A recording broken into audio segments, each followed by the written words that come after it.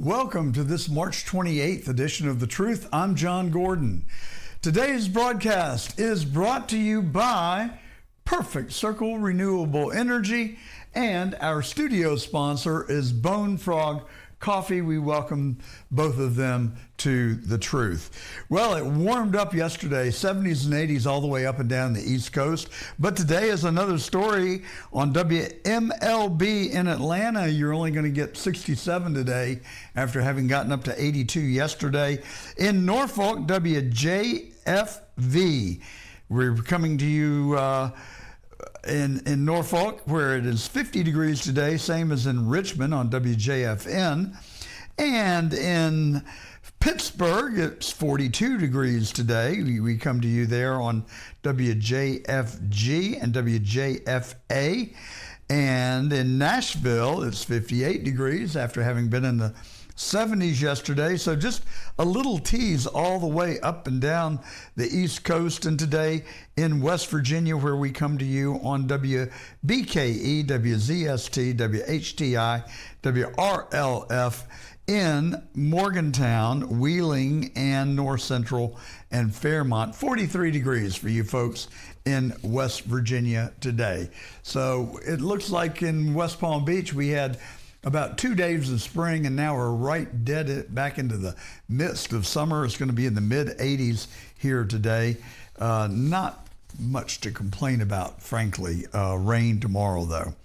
All right, well, we've got a good show for you today. We're going to talk about the Iran war, and we're going to have an interesting look at the relationship between oil, inflation, and the stock market. You're going to want to hear some feedback on that.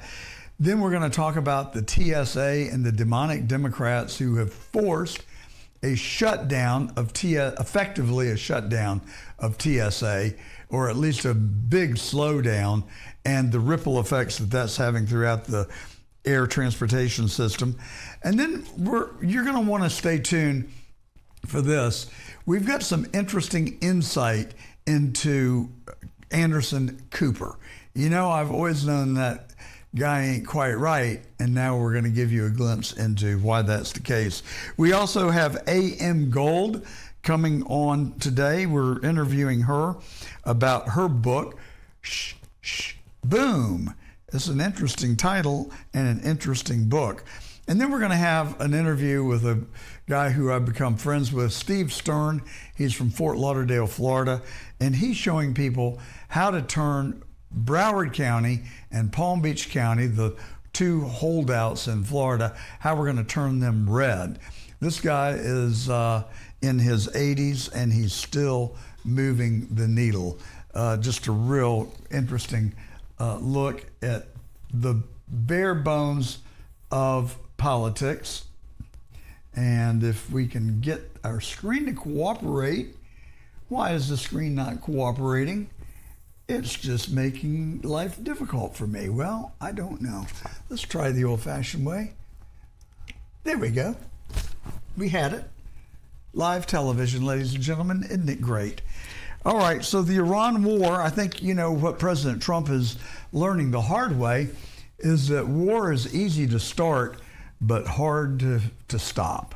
And now, after having been told that we were not going to have ground troops in Iran, we have thousands of ground troops standing by in Iran. Well, here's what Fox put together on that. After nearly a month of relentless strikes on Iranian targets, President Trump says Iran's remaining leaders are begging to make a deal. They're talking to us because they've got a disaster on their hands. They're defeated. They can't make a comeback. At Thursday's cabinet meeting, Special Envoy Steve Witkoff confirmed Pakistan helped deliver Trump's 15-point peace plan to the Iranians.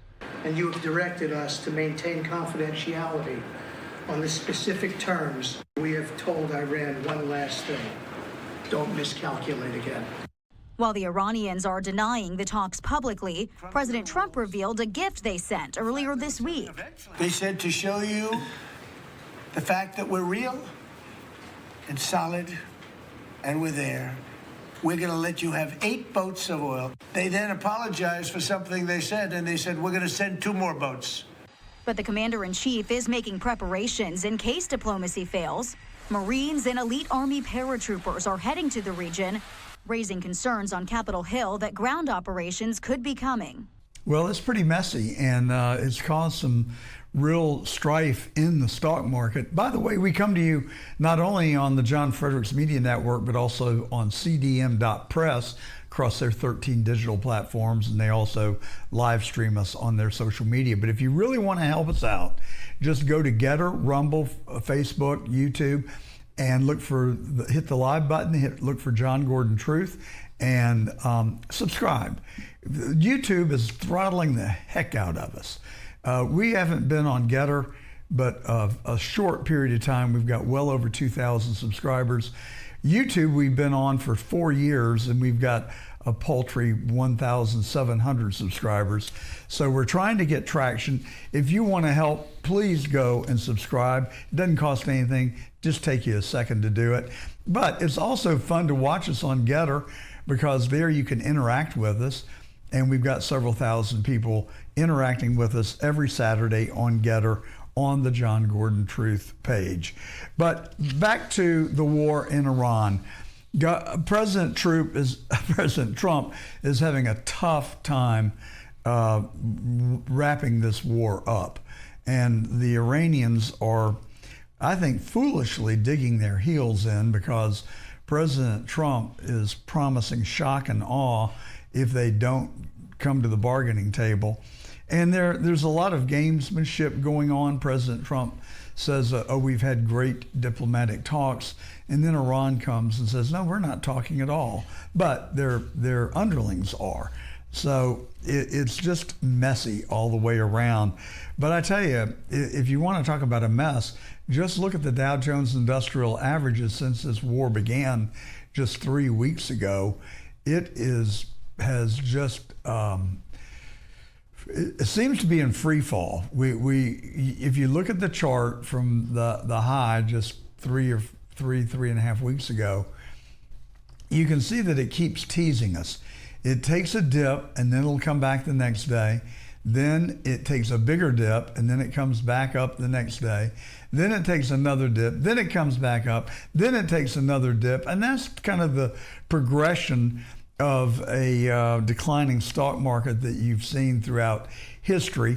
I don't think this is permanent. I'm certainly not freaking out, and I encourage you not to.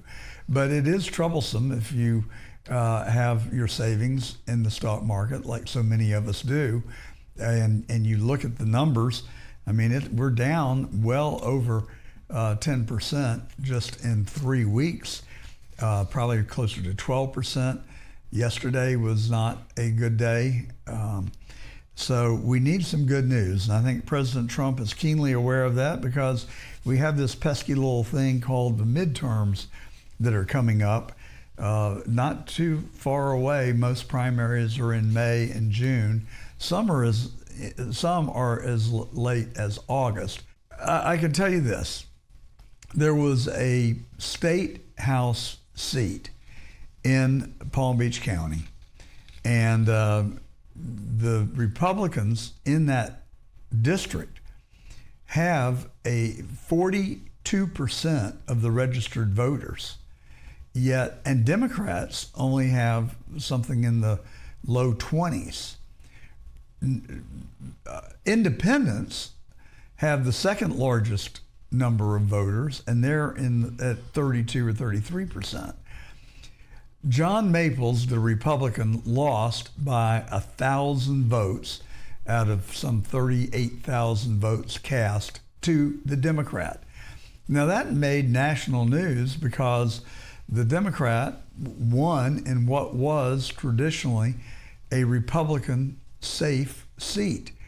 And so people are trying to read all sorts of stuff into it. I don't think that there's as much to read into it as some of the lamestream media want to make out of it. A lot of it was because of an issue over Mr. Maples' residency He did not live in the district, nor was he required to run. But he moved into the district just a couple of days before the election. And then a lot of people said, no, that's really not where he's living. That's some sort of a fake trumped up address. He did have President Trump's endorsement, though, which should have made a difference since Mar-a-Lago is in that state house district. Folks, here's the takeaway. Here is the takeaway. If you are not registered to vote, don't walk, run, and get registered. Get yourself registered over the next couple of weeks. Get yourself into a position where you can vote. And whatever you do, find out when your primary elections are and the general elections. Put it on your calendar and make a promise to yourself that you're going to get out and you're going to vote. Because I'm telling you, folks, if you don't, we are in a world of hurt. These Democrats are lunatics, and I'll show you why I say that in just a second. But let's get back and look at this chart on the Dow Jones Industrial Averages and the NASDAQ and the 500 index. They're all down precipitously, and it is worrisome. But then you can also look at it as an opportunity, and that's what this YouTuber named Tom Nash would urge you to do. I watch him pretty regularly. I think he is one of the most level-headed and informed people I know, and I wanted to share his clip with you because I think he puts it in great perspective. You know, I've been a student of economics my entire adult life. I love economics, and I love to study the relationships between things. Here is Tom Nash just laying it all out for you in layman's terms. When we have a war in the Middle East, like we have right now, what happens is we have interruptions in the supply of oil, specifically in the Strait of Hormuz, which houses 20% of the global oil traffic in the world daily. So as the Strait of Hormuz is blocked or closed or blockaded or interrupted, what happens is we have a lot of uncertainty about the flow of global oil, which means prices go up.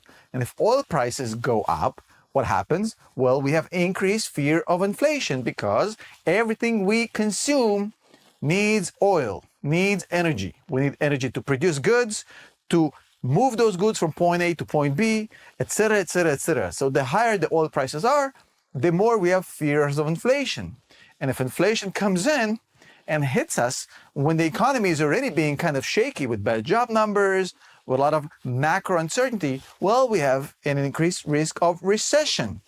And if we have a recession, well, at least an elevated risk of a recession, that means that the stock market collapse is now becoming a risk. Now, not certain, but definitely a risk that has to be priced in.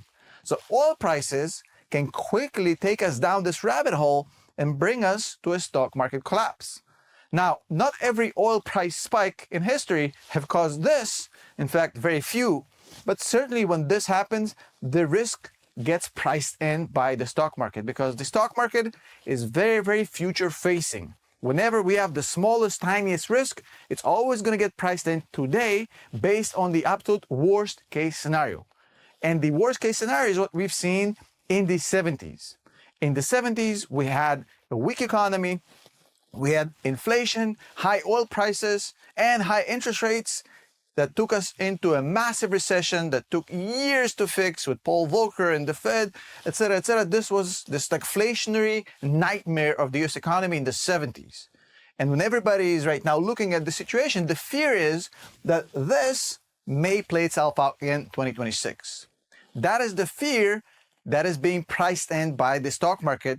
That's real, folks. And people who have to depend on petroleum to get to and from work and take their children to and from school and just live your life are really feeling the effects of that. You know, before the war, back in January, we were in the mid-50s as a price per barrel, and gas prices were under $3 in some places. Now they're back up over $4, and so it is a significant data point. No one knows that better than President Trump. And, I really commend him for doing what he has done. I fully support his efforts on the war. I think that he has decided to do it in great risk to Republicans in the midterms. So you have to, in my view, label that as courageous. And I know he's going to want to end this war as soon as he can, because he has been very clear that he does not like war. He wants to be known as the president of peace. Now, some people say that Netanyahu prevailed upon him to get us into this mess. I don't believe that. I believe that President Trump did what Jimmy Carter, Ronald Reagan, and all the people that followed them should have done and could have done, because the Iranians have terrorized us and the rest of the world for the better part of 60 years. It's time for it to stop. So I really applaud President Trump for doing it. I don't think one school of thought is, why didn't you wait till after the midterms? Just, defer it. Well, one very good reason. They had enriched plutonium to about 60%. 90% is what I have understood to be the percentage that you need to get to have a nuclear weapon. The job to get from, say, 20% in its natural state to 60% is a very steep curve. But once you get to 60%, getting to 90% is not that hard, according to people that seem to know what they're talking about. I don't. I'm not a scientist. I'm a political scientist, an economist, and an entrepreneur. Nuclear energy is not my forte, so I'm just passing on what I think reliable sources have said. And I think President Trump was legitimately concerned about this nation with the leadership comprised of lunatics, radical Islam, fire-breathing people threatening to kill and destroy America, and putting a bounty on President Trump. I think that we had to take them at their word, and that's what we've done. And President Trump has done what no president before him was willing to do, but should have done, at political risk for Republicans. You have to celebrate that.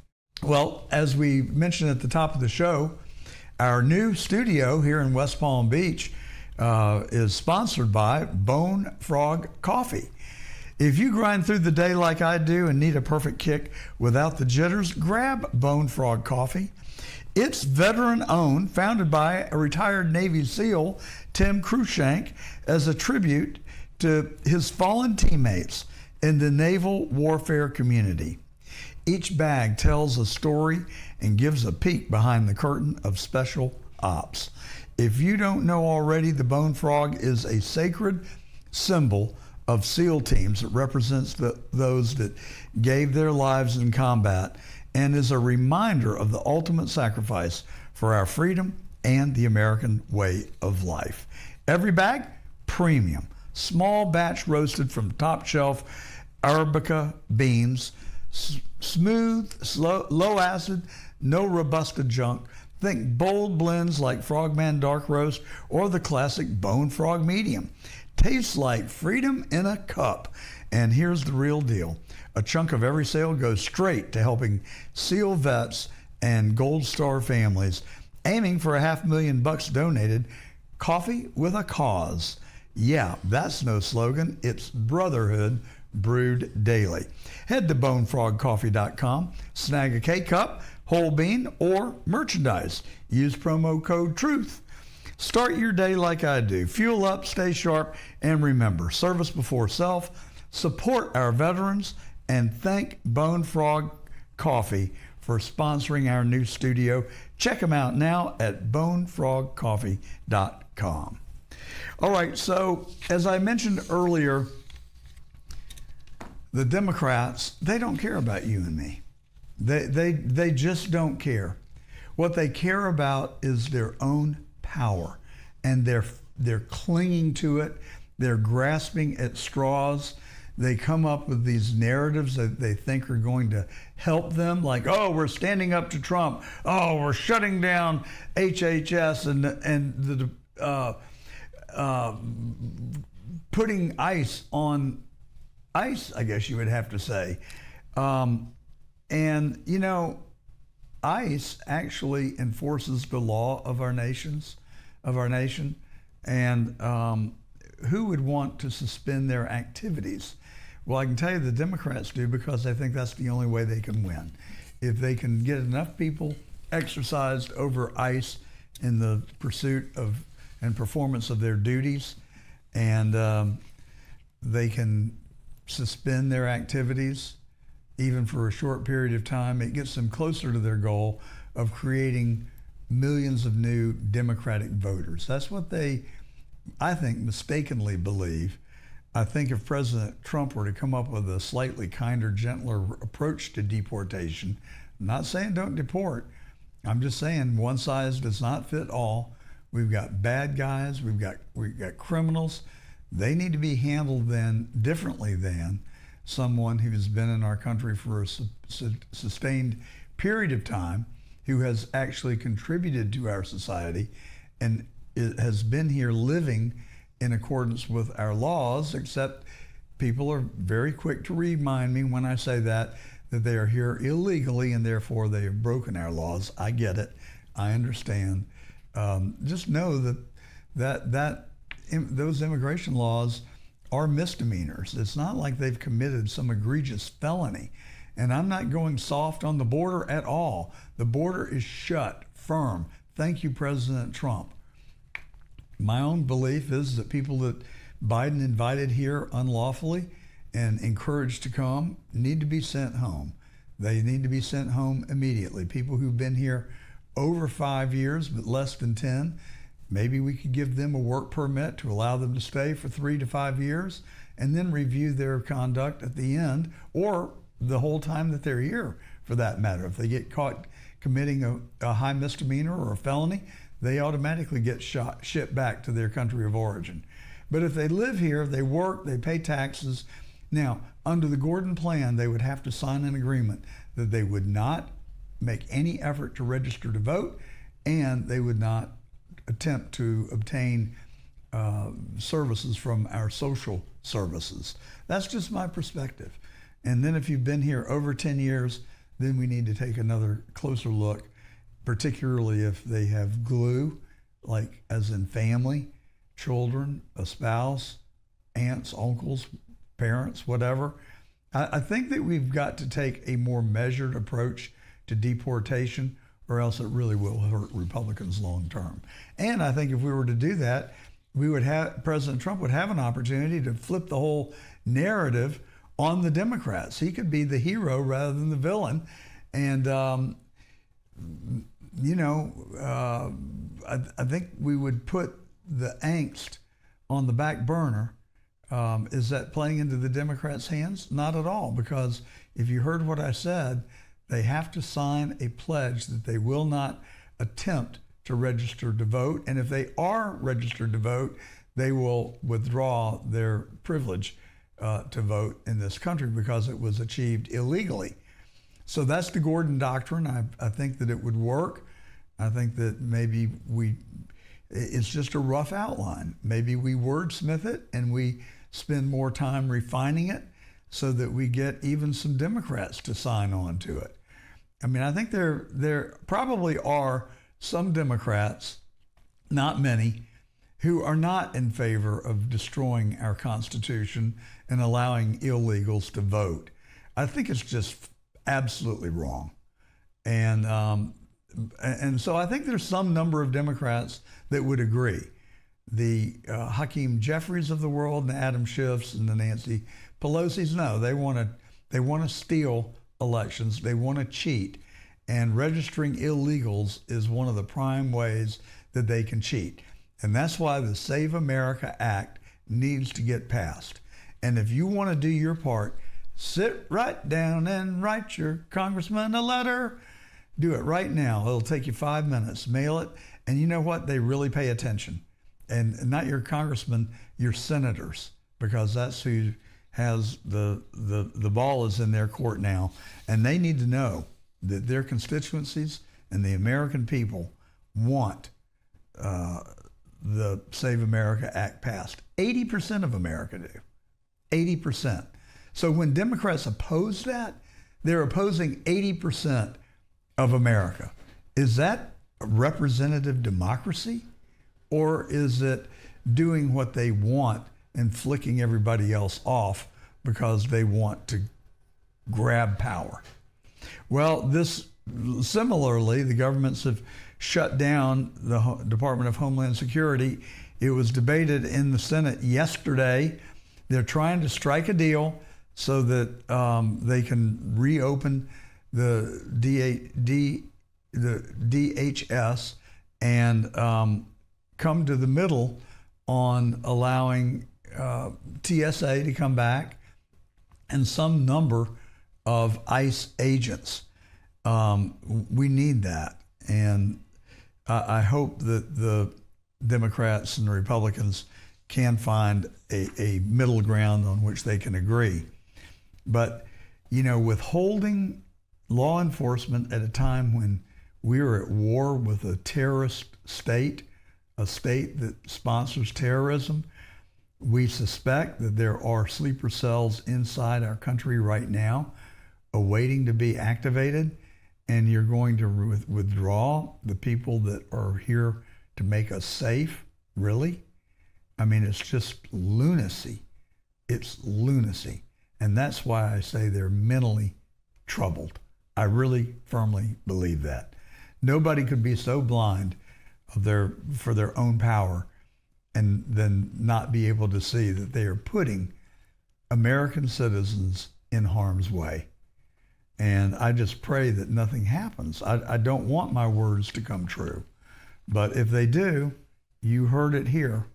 And I'm not wishing for that by any means. Well, one of the consequences is long wait lines all over the country in airports because there are not enough TSA agents. A lot of them have just simply checked out because many of them are sleeping in their cars. They don't have money to buy food. They don't have money to pay rent. It is a crisis of monumental proportion, and it's all been at the hands of Democrats. And they're going to try and spin it. They will lie like they always do and try and figure out a way to blame Trump. But the American people have to be smarter than to fall for their folly. And I hope that we will bring this to an end quickly, but especially in a time of war when traditionally Americans join hands and rally together to help our country and to unify our country. They are splitting it right down the middle by engaging in political theater in hopes of getting their way. It is inexcusable, and I frankly don't have words to describe how bad and how upset it makes me. So now, I said at the top of the show, Anderson Cooper has never been one of my favorites. I'm sure I speak for many of you. And, maybe we're going to get rid of him after all. Paramount is very close to buying Warner Brothers. And, Paramount owns CBS. And if they get Warner Brothers, they will take control of CNN. And there are people shaking in their boots at CNN because we don't think that Larry Ellison and his son David are going to be simpatico with some of the fake news that comes out of CNN. I've had a belly full of it. I'm tired of it. I suspect that Larry Ellison and David do not support fake news. And they're going to have a real opportunity to clean house. And, one of the things that has just come to light is Anderson Cooper's background. I did not know this, but check it out. Here's Tucker. With the revelation that Operation Mockingbird was real, how much do you think that still exists? How much do I think? CIA affiliated or placed media members. Do I think law enforcement and intel agencies massage and shape news coverage? Yes. I think to an overwhelming extent. How many of those are directly agents who are placed in those fields? Well, Bob Woodward was. He was a naval intel officer who was detailed to the Nixon White House before he suddenly reemerges like a year later as a crack reporter for the Washington Post, the scrappy newspaper of the nation's capital. And people think that Anderson Cooper is? I think Anderson Cooper is blandly mediocre, which would make him perfectly qualified to serve the federal government. So yes, that's evidence against him.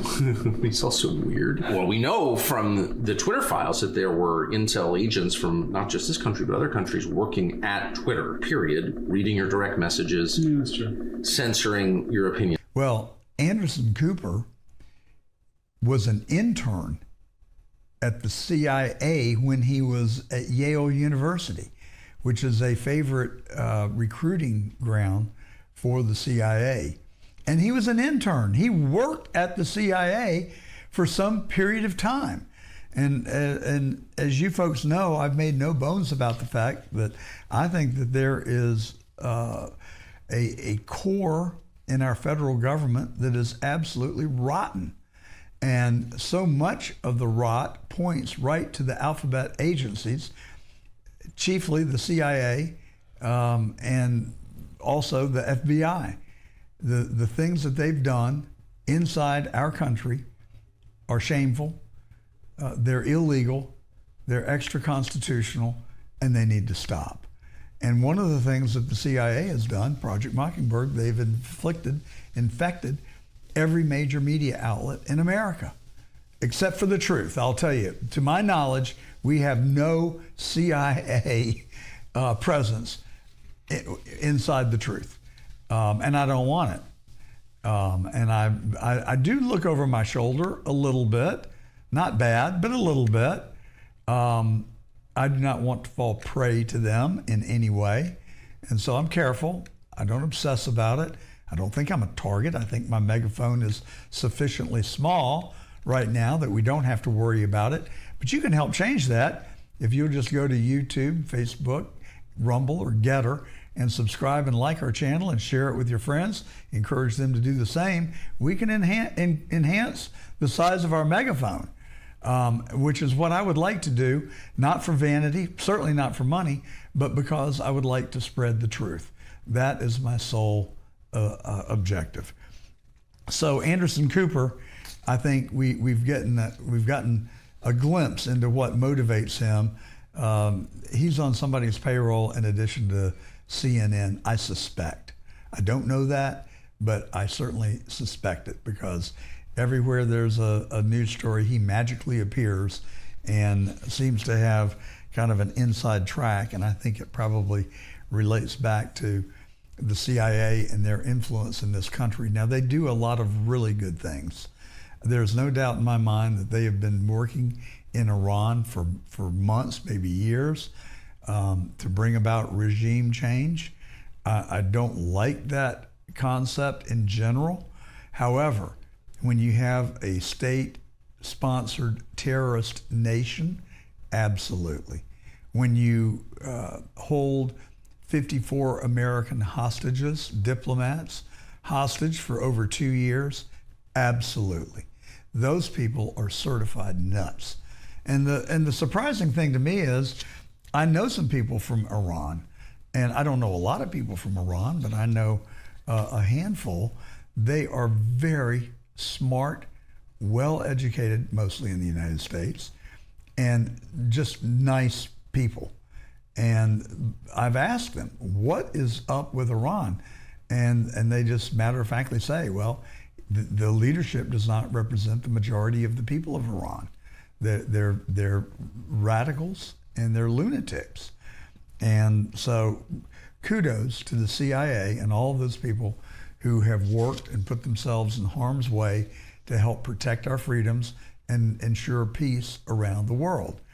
It's the killing of the 35th president of the United States that bothers me. It's the involvement and fingerprints that exist in the Epstein files that bother me. It's the other things that happen that defy explanation but seem to have traces of alphabet on them, like the killing of Charlie Kirk. I don't believe Tyler Robinson killed Charlie Kirk for a minute. The narrative doesn't hold up. The tumbling down of Building 7. Kirk Weldon was to be the chairman of the Armed Services Committee. He started asking questions about it. Not only was he not made chairman of the Armed Service Committee, he was removed from Congress. He thinks it was the intelligence community that did it to him. I'd love to have Kirk Weldon on the show. If any of our listeners have a conduit to him, he's right there in Pennsylvania. We come to you in Pittsburgh and Philadelphia. If anybody has a connection with Kirk Weldon, please invite him to come on our show. I've reached out to him a couple of times in different ways and have not gotten a response, but I'm going to keep trying because I think he is a real truth teller, and that's what we want to bring you on The Truth. So let's get to our first interview today, AM Gold. And again, today's broadcast is brought to you by Perfect Circle Renewable Energy. They're a restaurant services company right there in Atlanta, Georgia. They help restaurants by removing their waste vegetable oil, cleaning their grease traps, keeping their fryer hood clean, and also sanitize the front of the house and the back of the house. They offer containment and collection facilities for free if you sign up with them. They've got a big percentage of the Atlanta restaurant market, and if you're tired of slow, dirty, inconsistent service and automated attendance, then check PCRenergy.com out on the web and reach out to them. They are a great company and give great, consistent, clean, reliable service. That's www.PCRenergy.com. AM Gold is an author. She lives in New York. She is also Jewish. We had a very candid conversation on a wide-ranging number of fronts. I think you're going to want to stay tuned and listen to her. Our studio sponsor is Bone Frog Coffee. So thank you to our sponsors, and now let's get right to AM Gold. And thank you for joining us. We really appreciate your listening every Saturday. So there's a lot to talk about these days. There's a seemingly endless number of topics that are in the news every day. And AM Gold has written a book. It's called Boom. If nothing else, it's a memorable title. And she's identified 19 topics that are kind of topics of the period that we're living in. And I thought it really was a compelling book. She talks about the PCR test, ivermectin, a chapter devoted to Fauci, Julian Assange, and assorted others. AM, it's really a unique approach to current topics. How did you conceive of the idea? Well, that's and welcome to The Truth, by the way. Thank you. It's a pleasure to be here with you. Well, it was during the lockdowns that I had a lot of time on my hands, and like everybody else, I started reading up on various things that were happening around us. I didn't set out to write a book. It just sort of happened organically.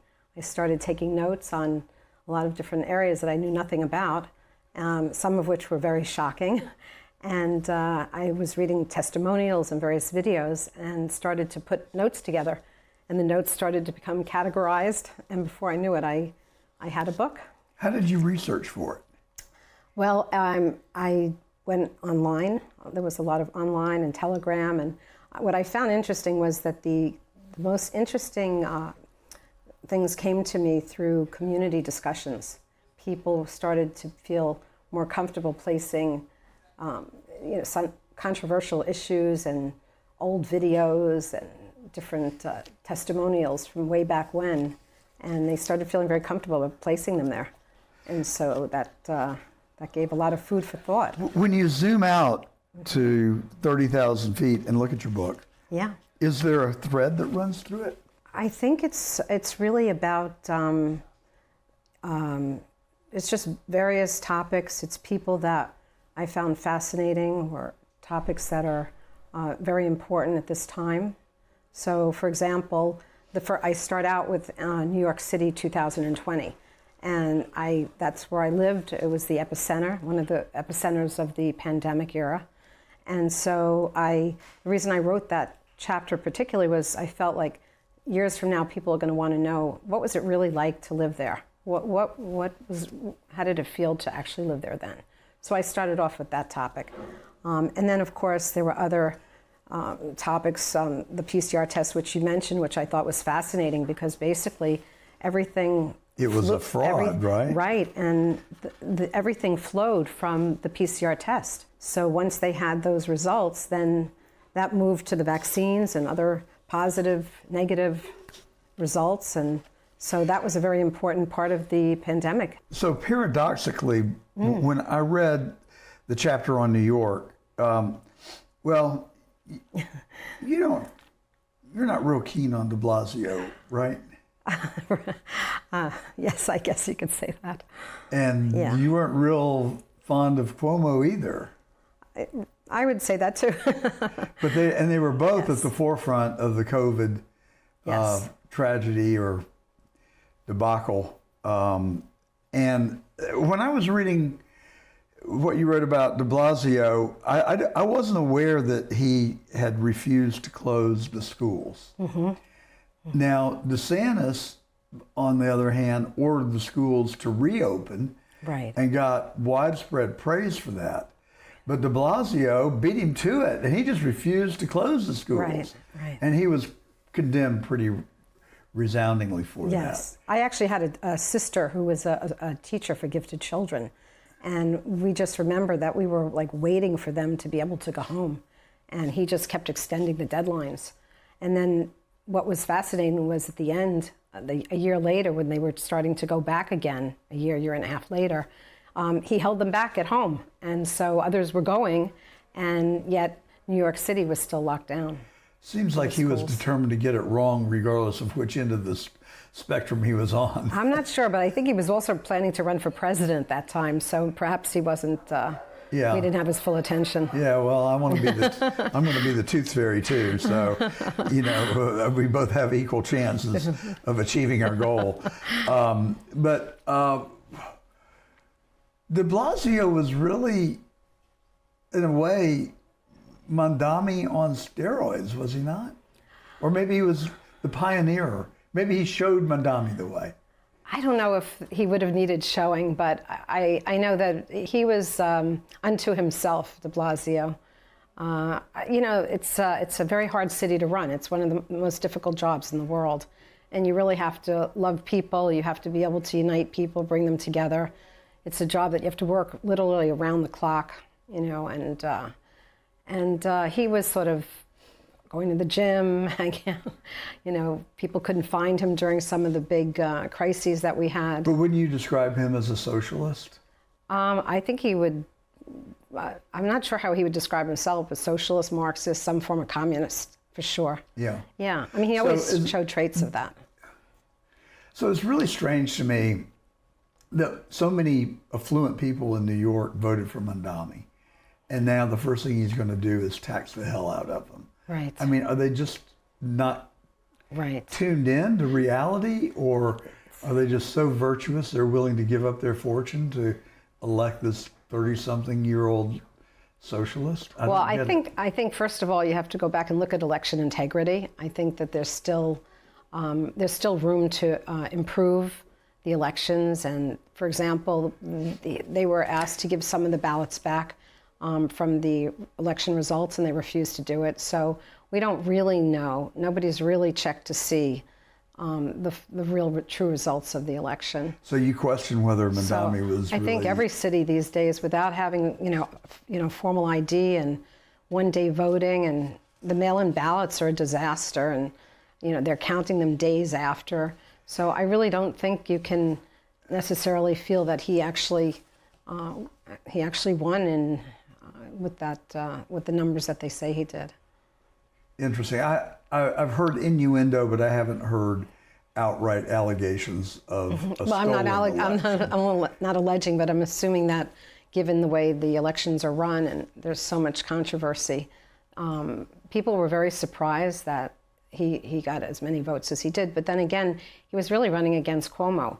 And when you think about it, Cuomo, he did such a poor job as governor. And when I first found out that he was actually even in the race, I was shocked, because he had done such a poor job between the grandmothers in the nursing homes, and he was blaming everybody, and it was a really we didn't have good leadership during this time, and we desperately needed leadership at the time during the pandemic. And between the mayor and the governor, they didn't get along. They didn't talk to each other. It was very frustrating for all of the people in New York City. I can well imagine. Yeah. It was the strangest time of my lifetime that I can recall, with lockdowns and masks and the censorship that occurred during that period was shocking. Yes. And I never really even contemplated the fact that there was censorship in America. No, neither did I. But Not I think like this. It opened our eyes to the reality that it exists. And now, with this little YouTube channel that we've got, we just really do aspire to tell the truth. And it turns out that some people don't seem to like the truth, starting with YouTube, because they throttle us. Yes. We've got like 2,000 YouTube subscribers. We've been doing it for two years, and we just got monetized on Getter, or not. They call it something else. I don't know what they call it, but it sort of monetizes when you arrive on YouTube. So we got monetized, but it took forever. Right. Getter, they won't take your live stream until you get a certain number of subscribers. And now we've only been on Getter for 6 months, and we're already way past subscriptions that we have on YouTube. So to hell with you, YouTube. Right. We're going to boycott you. We'll move to Rumble and Getter. Well, there's a plethora of social media platforms now, and each one of them have their own peculiarities and tendencies, and you have to be careful. I know when I started writing the book, a lot of authors were censored, and there were even people, doctors and scientists were being, murdered. Some of them were disappearing, and it was very strange times, and to this day, I think that there still are. You have to be careful. We heard of an MIT professor who was working on nuclear fusion in Massachusetts, and he was gunned down. A phenomenal man who'd been doing it for 10, 15 years of research. I did read about that, and evidently there is a pattern of people that have worked on nuclear fission that have just disappeared. Yes. Or had an untimely death. Yeah. It's really scary. Yes, it really is. This is stuff that's supposed to happen in Russia and third world countries, not in the United States. Incredible. And I even remember several years back, there was a scientist from, I think it was Germany or Austria, and he was talking about graphene oxide in the vaccines. And he ran like a 1-hour session, and I was listening to it. And then I found out the next day that he was murdered. He was attacked and murdered. Good Lord. Yeah, so this is, it's been more prevalent than the average person probably is aware of. That is shocking. So who's behind it? I keep looking for the puppet master, and I can't find him. Yeah, that's the $1,000 question, the $1 million question. I think that there's a small group of people that are looking to destabilize our world. I think this has been going on for centuries. There's an elite group of people who have a different agenda from other people. So who are your top suspects? Oh, you have to read the book to find out, John. I don't think it's one group. I think it's a whole bunch of different people that have infiltrated all different areas of our society, everything from the pharma to education to all different parts, the governments. I definitely agree. We want simple answers to everything. And I study this stuff virtually every day of my life. And I do think that we are under assault, but it's not from one place. It's so many. Right. And there are internal threats and there are external threats. Yes. They all seem to have one thing in common, and that is that they don't like Donald Trump. Right. But they're falling in line, amazingly. Yes. I mean, things that we thought would never be reset while Biden was president, all of a sudden, corporate America is lining up to support Trump. Yes. after they had lined up to support Biden. Right. So that was kind of eye-opening in and of itself, that people are very malleable depending on which way the wind is blowing. Right. I still think that we have a long way to go in terms of all aspects of our society. Robert F. Kennedy now working with, just in terms of the chemtrails that are in the air, the poisons that are in foods, in the food supplies, even just looking at the rates of autism and vaccines, which has been such a controversial topic. And when you really look at the numbers of and the dates of when vaccines were given and the rates at which autism has increased substantially, it's mind-blowing. And so we really have to do a full examination of all the various facets of our society and try and improve upon that. I mean, health and the health of people is really the most important thing. Without health, we don't have a society. So what do you think? I mean, I know that I don't think anybody has proof positive of what really happened during COVID, or I guess more importantly, how this virus got unleashed on the world. Do you think it was a lab leak in Wuhan? No, I don't. I think it was a pandemic for sure. There, even just recently, before all the other information, when you look at the Epstein files that are coming out and the dialogue between Bill Gates and Epstein, this was in the planning for years, going back into the 1990s. There were plans about how do we depopulate the world. Vaccines would be a good idea. I mean, it's really, when we look at the Epstein files in general, we think, oh, the island and the girls and trafficking, but there was so much more to he was all over the world and in so many different areas of it wasn't just about sex trafficking, it wasn't just about money laundering. He was in everything, in the research centers, he was in the universities. The list is long. Who's going to tell us the truth? Who's really going to expose the whole Epstein thing? Well, I think there's a line that says every lie will be revealed. So I do think that the truth. In my lifetime? We're running out of time. I know we are running out of time, but I do hope. I mean, my book is about also accountability, some form of retribution, justice, and I say that who is justice for? I mean, it's not for the people that have been killed or murdered right now. It's not for their friends and family who are grieving. It's really for we need justice and we need accountability for future generations so that this doesn't happen again. And I think that's really, for the people that have been following this for years now, I mean, we're not in like the first or second, this is going on for several years. People are really, I think, in need of seeing justice and seeing some form of accountability. So you think these people were actually trying to depopulate the world with the COVID virus? Yeah, I think there's an element of our society. There's a group of people that believe that the world should be less populated, for sure. Well, they didn't do a very good job. I mean, they did manage to. I think we lost 3 million people worldwide, or is that 7? No, I think it's much more. Maybe 7. I think it's no. I think it's way beyond the Anthony, figure I got. fact check that for us, will you?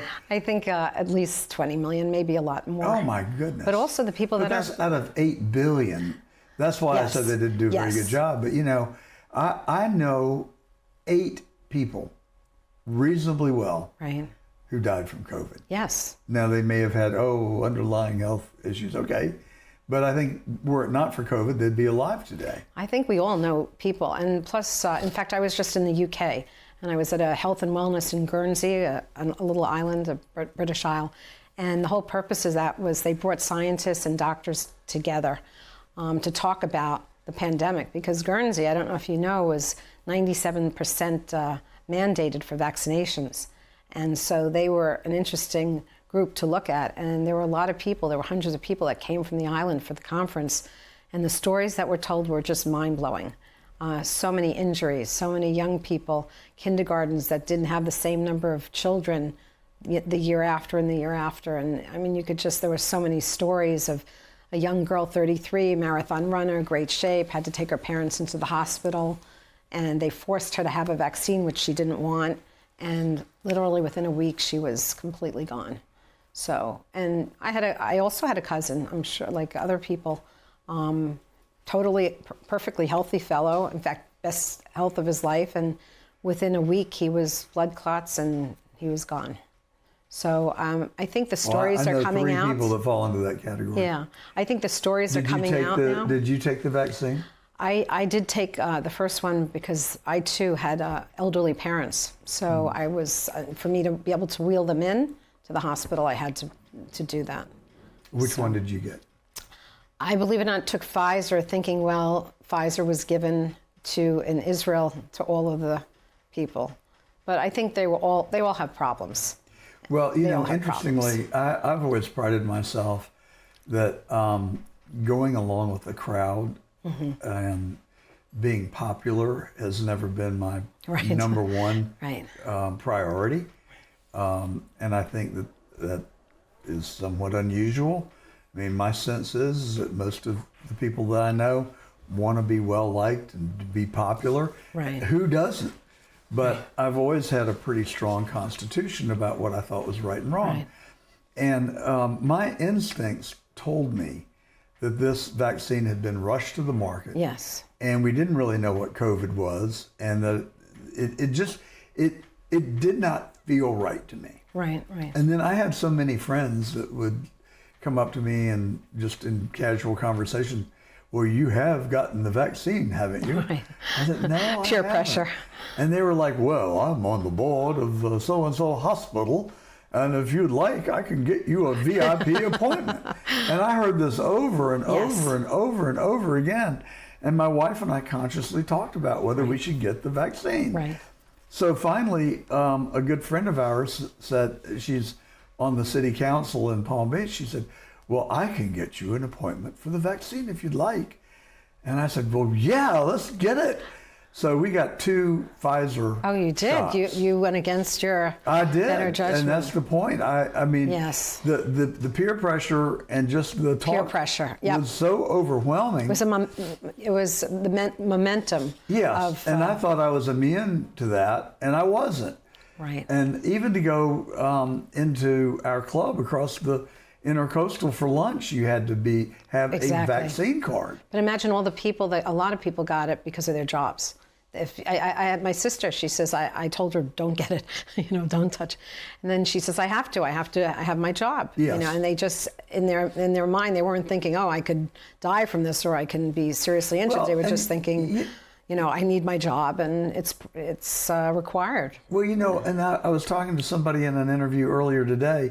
We give, I believe, undue deference to our government. Mm-hmm. If the government says it, by God, it must be true. And the government was telling us that we had to take this vaccine.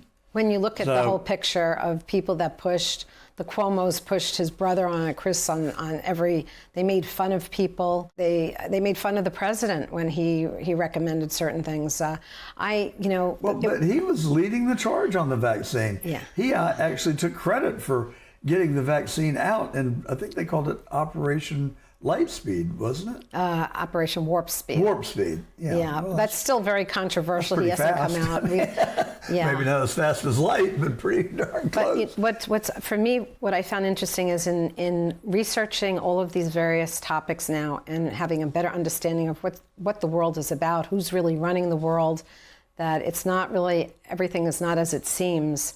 I certainly have my mentality has changed. I would never get another injection again. I'd never get a vaccine again. I would not fall for it the second time, I don't think. But then in the back of my mind, I wonder, but what if this time they were really getting it right?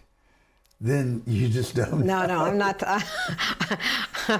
I think even when you look at, I think the beauty of the COVID experience and all of this era is that it awakened a lot of people. So I'm much more familiar now about these white things that are in the sky. I had a girlfriend years ago. She said, "Look, they're poisoning the sky." I'm saying, "They're poisoning the sky? What are you talking? They're just, So, and then the foods, and then the pharmaceutical There's so many different things that they have awakened us now, and we're much more. I think people are more aware, and they're not so eager to just take the advice. But when I was little, polio was a real, a very stark reality. Yes. And I remember as just being a young boy that I had a fear of contracting polio. Yeah. Because my mom, who was a hypochondriac, which is the nicest way to put it, lived to 92 years old. So maybe she was onto something. But she was very fearful of one of her children contracting polio. And then, so lo and behold, along about the third grade, we would go to church, and on the way home, 3 Sundays, we stopped and got a polio vaccine. And we really did, for the most part, eradicate polio in this country afterwards. That's what they said. So I think that was my paradigm going into COVID, in the back of my mind, that I had that experience. So that's why I say, how do you know? I mean, it's just... Well, for example, so when you talk about Fauci, I have a chapter on Fauci. Yeah, let's talk about Fauci. Isn't he a nice Uber fellow? Vaccine Führer. That's what we call him. Where did he come from, and how did he... So what's really interesting is the average person, like perhaps you or I, we wouldn't know about his history. We wouldn't know about a lot of the things. But there were people that worked with him that came up that knew that he had done a lot of unorthodox. It's a very nice way of putting it. Okay, I'll say it. Shady stuff. And there were a lot of people like Carrie Mullis from the PCR test. He called him out years ago. I have a number of quotes in the book. He knew that he was this aging bureaucrat who had no idea about anything, had no clue about what he was looking at. And he called him out several times. He even asked to debate him on television and so forth. And unfortunately, Carrie died 3 months before the actual pandemic hit, which is a little suspicious. He was in his 70s and fairly healthy, so that's kind of interesting. But what I'm trying to say is that there were so many people that came up along the way that had worked with Fauci, that had seen all the shenanigans that he did over the years. He worked with animals, and he tortured all these animals on taxpayer dollars, millions of dollars worth. He had foster homes he went into, and there's just, Robert Kennedy writes about all of the crazy experiments and all the children that died under his. So there were a lot of people that knew that this man was not a good man, that he did a lot of, evil Leading things. me to ask, why is he still walking around with his government pension and a government-supplied chauffeur? And a lot of bodyguards. Yeah. I think a lot of people are asking that question, but, I think we have to wait and see. I do believe in justice, and I do believe in the accountability, and I think some people have been taken care of. They have faced justice over the last few years. There are supposedly, I don't know this for sure, but military tribunals going on for the last several years. There's something like 500 to 750,000 indictments of people who have done, very, not good things. And so I think there have been some people that have faced the tribunals. Would these be military personnel? Or? There's Gitmo. There's a number of different places like Gitmo, for example. And they've been apparently very busy, a lot of airplanes flying in and out. There are people that monitor the activity that they have. And so I think that... I should know, but where is Gitmo? It's down near... In Guatemala? Or Guantanamo in Bay. Cuba? It's Guantanamo Bay area. It's the big jails that they put up for... Right. So I think we have to wait and see. There's so much going on right now. I don't think we can... I think there's still a ways to go before we see justice. And we know for sure that people have lived up to that. Yeah. Wow, that's really something. So in your book, and you wrote this a while ago, you don't have a chapter on Epstein. No, but I do have it on Lady Gazelle. You have it on Ghislaine. Yeah, Ghislaine. Yes. So what did you know? How did you know? Well, I mean, it's interesting. And why her and not Epstein? Yeah, it's such an interesting question. My gut instinct just said that she was the more interesting of the two. I used to see him in my neighborhood. He used to walk around with a very sort of, a funny smile. Sort of so where did he, I know he lived in Upper Manhattan. In the 70s, yeah. He was in the 70s? Yeah, he actually lived right across the street from Cosby. That block was a beautiful block, but a lot of sin there. I'll be darned. Yeah, and so he was a neighbor. He was always walking around, sometimes with young women, sometimes alone. But I just found her to be. She's from Europe. She had twin sisters that were involved in the computer software business, which is what I started out in years ago. And so I found that interesting to see what companies they worked for, what were they actually doing. And they were actually implementing their software in the CIA, the FBI, all of the various the government organizations all over the world. They were putting their software. The father, he too was some character, and so. Well, he was Mossad. I mean, I haven't ever seen or heard an interview with one person that didn't say that he was Mossad. Right. So I think we can conclude that is true. And it seems to me that they were all Mossad. She was a Mossad agent as well, and I think from what I'm hearing that she was Epstein's handler. She was the one really running the show. See, that's what I'm starting to pick up through chatter, that the real focus should be on Maxwell, not on Jeffrey Epstein, or maybe just both of them. Well, but some people have speculated that, as you're suggesting, that she was really the brains behind it. Yes. And that Epstein was just someone who basically took her instructions. Well, what's also I found interesting in learning about her is that the mother, Bill Gates' mother, was a Maxwell. And so that was odd to me. And then I found out that the mother had a father or grandfather who was in the banking world. When you trace all these people, they're all incestuously involved with one another. Over the years, I think it has to do a lot with the bloodlines. And they come up through the bloodlines, they marry through the bloodlines, and it's very interesting that they're somehow associated over the years. I mean, her two sisters were funded early on, and this is going back, I think, in the 1990s by Bill Gates' partner. Paul Allen? Paul Allen gave the first 10, 25 million. How did two young women from Europe all of a sudden just meet Paul Allen, and, you know, with Gates' mother being a Maxwell? So I don't know, it's very, there's a lot to look at. A lot of threads to pull there. Yes, exactly. Well, yeah. So is Epstein alive or dead? There are so many sightings in Israel. Somebody had a sighting off the coast of Greece. I think he knew a lot. So it's going to be interesting to find out. So we were chatting earlier this week, and I made the statement, or asked the question really, if you could help me understand and our viewers, why Israel seems to have a disproportionately large amount of influence on our government and our policies. I shared with you that Jews in America comprise 2% of the population. I think it's less than that. I think it's even maybe, I think 2% or less at this point. 35% of the wealth. Yes. And 85% of media. They're very industrious people. they're very smart people. Yes, they're very smart. That's true. Yes. It's very hard to answer that question, but you do go to Israel and you see that there's a lot of brilliance that comes out of there. There's a lot of hardworking people and academias and software and a lot of technologies that are built. So for it's a very tiny country. If you go there and you're standing here, you can just see basically the whole country right there over. I just think that, they're industrious people and they're ambitious, and they've been that way since the Khazars and going all the way back in history.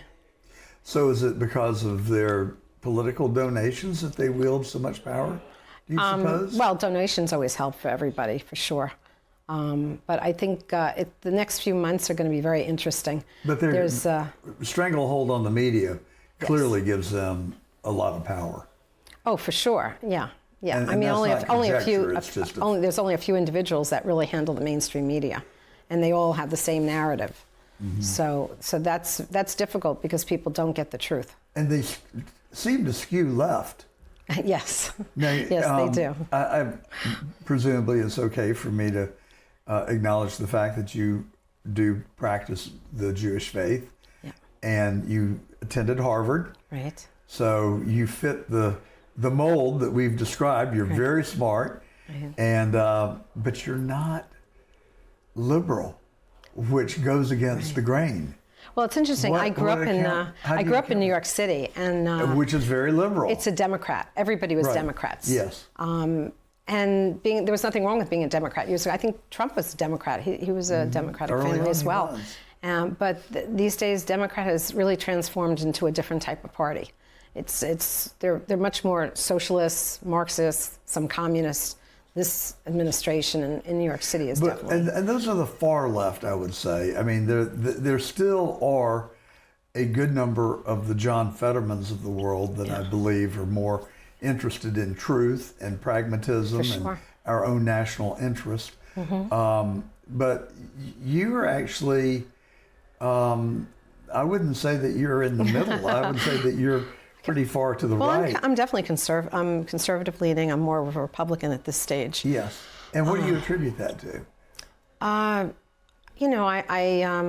I mean, I certainly am liberal in some ways. I'm not totally in every aspect. It depends on what the subject is. But I'm certainly physically conservative. Right. And so I think that's just from being aware, reading, and forming your own opinions. And I respect that, and I appreciate it. But what was life like when you were at Harvard? You it's definitely more liberal. A female, yes, an attractive female, I might add. Thank you. And very successful. Yeah.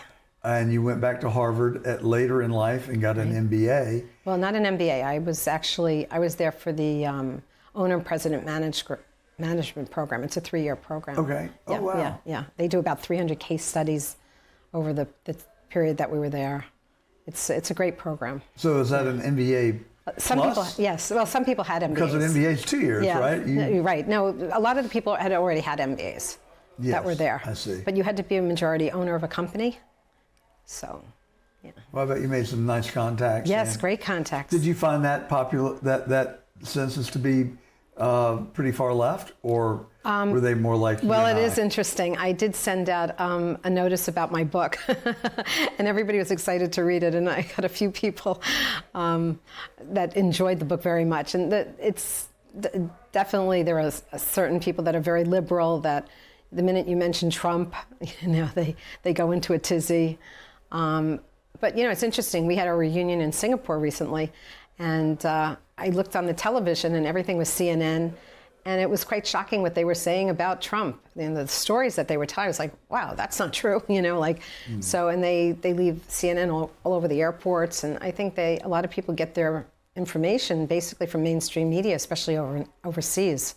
And so if you're getting your information from one or two channels of the mainstream media, then I think that you're not getting the full picture. You're getting one group's vision of what's going on. How hard was it to get your book published? Not hard at all. Are you self-published? Yes, I did. I self-published because I was, what happened was I wrote it about 3-4 years ago. And it was at a time when everything was so controversial that you couldn't say anything without people. Right, that's what And you also had to be very careful for safety reasons. So, and then I updated it over the last year. And then I wanted to hurry up and get it out before it was too late. And actually the timing, I feel, is really great because people are starting to wake up. I really wrote it for those who have very little understanding of what's happening, or the forces at play, as well as those people who are already awake and are searching for answers.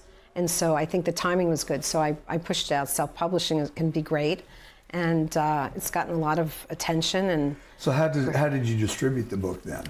Well, I have it on Amazon? Yes, you can get it on Amazon, and I have a large network of people, and I've been asked to speak it in like UK and different places, and I'm happy to do anything so that people. The whole idea was that I was hoping my little contribution could help wake up humanity and give some more food for thought. Well, you and I kind of come from the same place, so I like that. So, are you ready to talk about your next book yet? My next book. Well, Is there a next book? Yes, I actually say to be continued. So I'm so obligated. I haven't gotten there yet. Oh, you never finished the, I haven't you haven't gotten to finished the end of it, the ending but is, I will. The ending is pretty good. But I really enjoyed the process. I basically do a lot of traveling right now, and I have passion projects. And one of the projects is to do another 15, 19 topics that are relevant and interesting to people today, and then put a conclusion together. So it's really been not only an individual journey, but sort of a collective journey to go through all of these different things. I mean, we're living in biblical times. We're living in a time where we've seen like a 1776 simmering civil wars all over, it's really a fascinating time to be alive. And a pretty dramatic conflict going on in the Middle East right now. Yes. I am comforted by the fact that Donald Trump is the commander-in-chief. We know that he abhors war. Right. And I think he'll try and end it as fast as possible. But the Iranians have really escalated the conflict just in the last couple of days, and they are bombing their neighbors. Yeah. And I worry that could take on a life of its own, and it could spread. Well, I think there are groups that would love to see that happen. I have no doubt. The cabal, or the people that we talked, that you asked about, they would love to have World War III. For them, they enjoy the chaos. They make a lot more money. They live for the world wars. I just wonder, I'd like to get inside their head, because even with journalists who I know are not telling the truth. Right. And I wonder what drives them to write a story that they know is factually inaccurate. Mm-hmm. And so when I read one that I think is really way out there, I will write them, email them, and just ask them, do you not have any self-pride or self-respect? Have you gotten responses back? Yes, from a couple, and they are generally what you would expect. They use the same jargon that they would use in the article and try and win you over with their virtue. Right. And there is no virtue in lying. Right. And so I hit them pretty hard, but I asked them, do you not care what your parents think of you? Yes. Do you not care what you're role modeling for your children? Because future generations. They are watching you. Right. And I got my values from my parents. One of my questions in the book is exactly that. The gentleman that signed off for the Hunter Biden laptop, there was a whole group of generals, and they signed off 52 knowing intelligence there it goes. agents. And knowing that was the case, and the question, because every chapter of my book, I start off with a quote that's either historical or relevant, and then I end with what I hope is a powerful question to the reader. And in that particular chapter, I asked them, we talk about, what is it, that you could go against this? Well, what are you getting in return that it could possibly compare to helping the future generations and leaving your mark? It's quite something. The other thing I did want to say, though, is one of the real reasons I wrote the book, and it's an important one, is I felt that about the missing children of the world. When I started this project, I really didn't know much about that, other than to think, there are some children from Mexico, but it's something that's so pervasive, and it's all over the world. And so I have a chapter 13, that says, warning, if you read this, you must share it. And it really goes into a little bit more detail about what's truly happening with the missing children of the world. It's something that's shocking. Absolutely... And, it's been... There have been whispers, and there's been talk, and it's been right below the surface. Right. It's like nobody really wants to acknowledge it or bring it to the forefront. I don't know whether it's just too painful or whether it's more subversive and people are afraid to talk about it. I really have not figured that out. Mm-hmm. But to me, it's an absolute red line you do not cross. And I think the children are everything. If you can't take care of the children, then they're also defenseless. Right. And my state of mind has been that every human on earth has an obligation to nurture and help a child, Absolutely. whether they're your own or someone else's. but the vast numbers, 350,000 children crossed our southern border that we can't account for. And there's over 8 million children that go missing, and I think the numbers are getting even more and more. And it's unfortunately, I wrote one of my first revisions had the word Satan in it, satanic Satan, which I've never really used in my vocabulary. But if you really read up on it, that's what it's all about. We're in a spiritual battle of good and evil. I are right in the same place. Yeah. Because I always, and I know this sounds crazy, but I always had some small element of compassion, even for people that committed crimes. Not heinous crimes, but right. They were hungry, or they needed clothing, or they didn't have a place to live. So I'd always sort of even look for an explanation to explain what would drive them. And I have a really good friend in Atlanta, Anthony Motley. He's the pastor of one of the larger black churches in a neighborhood where I've done a lot of work. And he and I have become really good friends, and we call each other and either vent or joke or whatever the mood is of that day. And so he happened to call me one day when I was having a particularly bad day.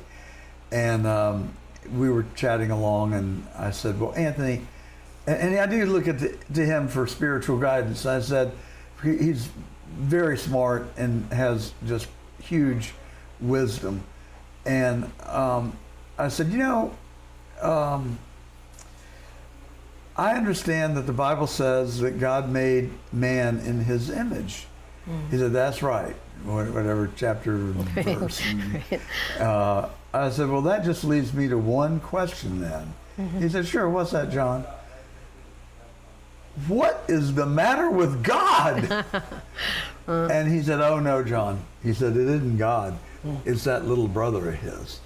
And it may have been the first time that I ever consciously confronted the fact that there is genuine, real evil in the world. Well, yes. And that is, that's really an awakening. And it's a scary proposition to realize there's just sheer unmitigated evil. But what's even more upsetting is, and I agree with you, the level of depravity, the degree of evil in this world is just mind-blowing. I mean, there are grown men who've been around the world and had no idea what's really taking place here. And until people really face this, and until this evil is, taken away, how can we have peace? How can we have a harmonious society, a good society? It has to be addressed. I mean, what I admire about President Trump is that from early on in his administration, he set off a whole bunch of executive orders about child trafficking, and all over the world they've been going down under the tunnels and rescuing hundreds of thousands of children over the last 5-7 years. And he's the only president that actually really is out there saving the children. Many people don't know because they don't report about it. So it's so painful for me to even have this conversation, frankly. But I've casually followed Epstein. It wasn't an obsession or a real interest to me until relatively recently that I became more in tune with it. And so I for the longest time, I really did think it was about exploiting younger females. Right. Most people did, I think. Yeah. Yeah. And but even the young females were 17, 18-ish, younger even. And so and this was probably too revealing, but I almost gave it a pass, because how do you know when someone's 17 and when they're and a half and 18 and a half? Is there an excuse, an explanation here? I've since radically changed my thought in that regard. I mean, when I was young, I really liked the ladies, and I can tell you that I was always very mindful of how old the female was, and that was a line I was never willing to cross, even remotely. For morality and just, the shame that would go with it. Sure. These people have no shame whatsoever. But it goes beyond that. But that's the point I'm getting to. They're experimenting. They're doing. The more we look, it's Yes. not young women. No. It's young children. It's babies too. Good God. Yeah. And But- I wonder if that's why the government refuses to let us see the other 3 million documents, because they think that we don't have the capacity to deal with it. I don't know that I have the capacity to deal with it, frankly. I think most people don't. And actually, Julian And Assange. I don't really want the capacity to deal with it. Julian Assange said in WikiLeaks a long time ago, he said that if people knew what really was going on, 97, 98, 99% would have to go to the hospital. And there are things that I've learned through my research. It's just mind-blowing to me. I mean, it really needs people to be addressed and accounted for, because we can't have a world like this. But, you know, when you think about it, it's been going on for hundreds of years. Satanic rituals, all different types of issues with children. I swear, as God is my witness, I thought those were fairy tales. No. I thought it was fiction. No. But now we're finding out that Yeah. this, the movie Eyes Wide Shut. Yes. Have you I did read looked about that. behind that curtain? Yes. I had heard about that years ago. And but now yes. the film producer that He was doing killed. it, He was killed. within days of Sydney. having before Yeah. releasing the movie, Right. and then the He suits- refused to take out a couple of different Yeah, and the parts. suits came in and they Right. dramatically changed the movie before releasing it, But they killed him too. and they killed him in the process. Yeah, minor detail. But I also, when you asked me where did I get research and so forth, I've been watching testimonials from children as young as 8, 10 years old. I mean, you can't make this up. And after you see tens of thousands, you know, tens or hundreds of them, you know that this is a pattern. This is happening all over in the Netherlands. It's happening in Australia. I mean, it goes back a very, very long time. Even it goes back to the Khazars that lived during the Middle Ages. They were outcasts because of their evil ways and because they had satanic rituals and they abused children. And they were actually cast aside by the Russians. There's a whole history behind it. This so is this all is not very new to me, and but what's strange now is that they've really industrialized it. And what they do is there's something called adrenochrome, which is a drug that they are able to extract from the children. It's not a pleasant topic, but the important part about it is that this whole topic of has become institutionalized now and is commercialized to such an extent that you can't help but understand what's going on, and people have to try to do something about it. That's one reason I wrote the book, is just to bring some awareness to the average person. When I started writing this, a few friends said, "Oh, you can't write this. This is, how do you know that what?" But now it's just all over. Now there's too much. There's too many testimonials, too many videos. There's way too much evidence out there to ignore it at this point. So I'm hoping that it will get the attention it deserves. Well, I'm going to hurry up and finish the book. Shush, shush, boom. Shush, shush, boom. Shush, shush, boom. Right. A.M. Gold is the author, and it's just been such a pleasure It's been speaking great, with you. Sean. And I want you to come back as soon as you get your new book published, if not before. I would be delighted to. Thank you. Thanks Pleasure. very much. They say that all politics is local.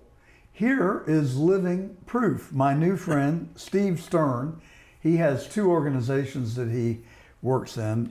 Well, 3 actually. The Precinct Project USA, the Flagshirt.com, and he is the vice president of the Broward, Florida GOP.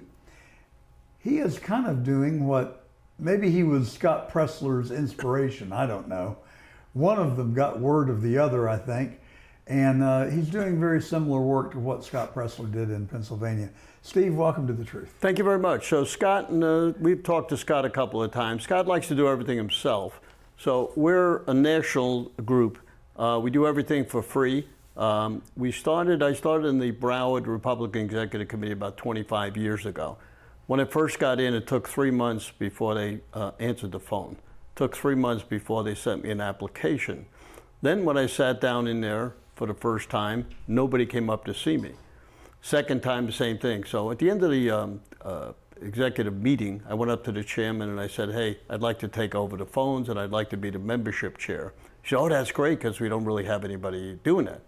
So I picked up the phones. There was 185 messages on there, and we got 23 new members. I'll be darned. And so, it's a lot happening the same way all over the United States. So a lot of people ask me how we got involved going forward and how we got so big and what we're doing. Well, what happened was Steve Bannon, myself, Liz Harrington, Dan Schultz, they started Precinct Strategy. So if you go to www.precinctstrategy.com, that's the start of how people got involved in what the Republican Party was and what you can find out about each state. So about 5 years ago, I was watching Steve Bannon and I saw Dan Schultz on there, and I called him up and told him we had some great success stories in Broward County. And he came back to me and he said, you know what, Bannon is looking for these success stories, and let me see if I can get you on. So he calls me about a week later and he says, call Cameron, his producer, and he's going to get you on. Well, I texted him and he said, hey, we're going to get you on next week and give me a little background. So I gave him a little background and he says, okay, we're going to get you on this Tuesday. So that Monday night, I got up about 3 o'clock in the morning and I'm making notes because, you know, you get on TV the first time or radio or whatever you do the first time, you're a little nervous. So I never went back to sleep. So they said you're going to be on about 10:15. So they ring me and I get on and 10:15 is there and I hear Bannon in the background on commercials yelling at somebody and I'm listening. And about 10 minutes later they said, hey, we're running a little late. You'll be on about 10:45. I said, sure, whatever. And I'm listening to the whole program in the background. I'm hearing everything that's going on. And again, they text me and they said, hey, we're still running late. We had a couple of emergencies. We got to put somebody else on, blah, blah, blah. But anyway, I get on about 11:45. And at that point, I had forgot everything I was going to say. And I was sweating and I lost about 5 pounds of sweat because you're sitting back there and you have no idea whether you're getting on or not. And so I get on and, Cameron sends me a text the next day with the link. And he said, hey, you did a great job. He said, we want to get you on again because you sound like you're a born salesman. Well, I started in business when I was 12 years old, so I've been around a long time. We have that in common. Right. What kind of business did you start at 12 So years my dad came down from Brooklyn, and he was in the shirt business, and he started a little wholesale business. And I got involved, and it was coming down after school, and it's funny because what's happening in Cuba now, these were all the Cubans that come downtown Miami, and they taught me a little Spanish. I taught them a little English, because they spoke no English. But, one of the things, I went down there every day and I would try to look at what they were doing and get involved, try to sell them some stuff. And it worked out pretty good. And, as I got bigger and bigger and better, I made advancements. And what changed a lot of stuff, when I was 18 years old, I was in Dallas at a men's show. They have men's shows. You've been in the business, so they have men's shows, ladies shows. So I happened to be in Dallas, and I went to one of the men's shows, and I walked up to a booth, and I'm standing in front of this booth, and this guy comes up. He's 80 years old. He says to me, son, what are you looking at? Oh, I'm looking at those shirts. He said, oh, you're a smart kid. I'm going to make you a millionaire. I said, what are you talking about? He says, well, I'm 80 years old. I own half of Laguna Beach. I want to go enjoy my life. And I want to get out of it. I do JCPenney. I want to get out of there. I'm a consultant now. I wound down my business, and I'm just helping him.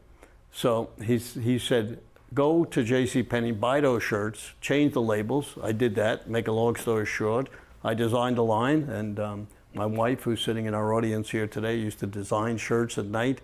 Oh, wow. So we're the largest in this particular thing. If you look up bandedbottom.com, www.bandedbottom.com. That's the shirts that were up there. This is a shirt with a band on the bottom of the shirt. We're the largest in the world. So we sold them, and I designed a line of shirts for them for 44 years. And what made me popular and what changed things and what made this difference in elections is that I phoned all the time. I was calling the stores. The buyer, they used to have buyers in Miami. They had buyers in New York and in California. Then they moved to Plano, Texas. So the buyer that was in Miami, he wanted to make a name for himself, so I would go there. And most of the manufacturers there were Spanish. So the buyer would tell them to come at 9 o'clock. They come at 9:30, quarter to 10, Cuban time they call it. I would come there at 7:30 when he said to be 9. He'd bring me in, have a cup of coffee, we'd sit around. Well, eventually he let me use their phones. Back then they were Watts lines. So I was saving a lot of money. What I would do is we'd call the stores. I would go back. We were about 15 minutes away to my warehouse. I'd give my dad the orders, go back to the thing an hour later. That's amazing. Right. So we built it. And you're from Brooklyn. I'm from Brooklyn originally. And you made banded shirts on the bottom. That's the way it seems to me like I see a lot of the people on TV that are playing mobsters wearing banded shirts on the bottom. That's correct. I didn't just 100%. Imagine that? No, we used to see them all the time. So you got connections with no connections with those guys, but you know, it's just funny. Customers. Right. So it's a funny thing. What I did differently than most people, they would give me their computer runs, so I'd see what stores would be out of the shirts and sizes. And because we were selling mature men's shirt, and a banded bottom is a shirt you wear outside, yes. And you know, we go up to size 6X. So, you know, the stomach, it hides their stomach. Ah. So we would get these runs from Penny's, and I'd see a store was out of extra large. I called the store up, you know, hey, each one could buy individually at that time. They could buy individually, they could buy in groups, and they could buy nationally. So we had different ways to sell them. So what started with the one shirt, I designed lines of different men's, mature men's shirts for them, and it was called Royal Palm, and they tried to buy the label. They actually bought the label for $1 because they thought they could do better than I can. So you still have this company? Yes, sure. I gave most of the business to my son. Yes. So we have a 60,000-foot building, and oh my goodness. What we do is we have, he developed a line of lady stuff, so now we have men's. But prior to 9/11, I bought a company in Cincinnati that was making these flag shirts. That's why you see the flag shirt. That's one of our big things. And what happened was we started with 1 or 2 shirts, and then we built it up to actually the largest patriotic website in the world. My son took it over. My gosh. He's great on technology, and we work together, and you know, we've done that. So I gave him most of the business so I can spend a lot of the time on politics. So this episode of The Truth is brought to you today by theflagshirt.com and bandbottom.com. Now back to our program. I wonder how much I'm going to collect for that. All right, let's talk politics. Go ahead. So your son took over the business, freed you up, and then you could go do politics. Kind of like the trajectory that I followed, frankly. So tell me how you got interested in politics, or have you always been interested? No, actually more. How'd you get hooked? Yeah, pretty much more when I was about 25. I had a little bit of spare, 25 years ago, I had a little spare time, and I decided to get involved. But what it's developed into something huge, because we found out that really nobody cares. You know, in this country, that is very true. This is one of the problems we have. So now, true. because I care, we're sitting here today in something that we've built to humongous support. We have people calling me. My wife gets upset at me all the time because they call me in the middle of the night. They call me all over it. Because people really want to get involved and they don't know how. Now, the Republican Party has, as you know, rhinos, establishment people, and MAGA. So we're fighting with each other all the time. Get calls all the time. Oh, I got knocked out, or the chairman doesn't want me. So what we did was, as I said, I was up with President Trump here at Mar-a-Lago 2 days before the last 2020 election. And my wife was up there, my grandson was up there. Why I went up there was because he endorsed Precinct strategy. So we went up there to ask him about would he talk to people in the country and ask him to get involved. So if you remember, he got up a lot of times and he asked people to get involved in his website, but not necessarily involved in the Republican Party. So that's a problem, because, you know, when I get on or you get on and ask people to get involved, we're going to get 10 people involved. When he gets up there, he's going to get a lot of people involved. So we were talking about different things, and he actually endorsed 2 of my candidates 2 days before the last day of the 2020 election. But he also asked me what I thought about the 2024 election. And I said, of course, things would be stolen during that time. And this was 2020, right, when he was going to go run again. So all this took place together, and we were doing a precinct strategy Zoom meeting where we were getting 200, 300 people, but it seemed to be kind of fading a little bit because it was very difficult to get those people on. Because once you get involved in precinct strategy, there's really nothing, you know, you get involved and, you know, that's it. So what we did was, about 5 weeks after me seeing him, because he asked about the election, I started calling all the election integrity people that I knew. And I got about 100 different people, and we started merging the election security call with the precinct strategy call. Now what that did, it went from 200 to 700 people. 2 years ago, And I had been on Bannon many times, and he would always have me on pretty much when we had our election security call.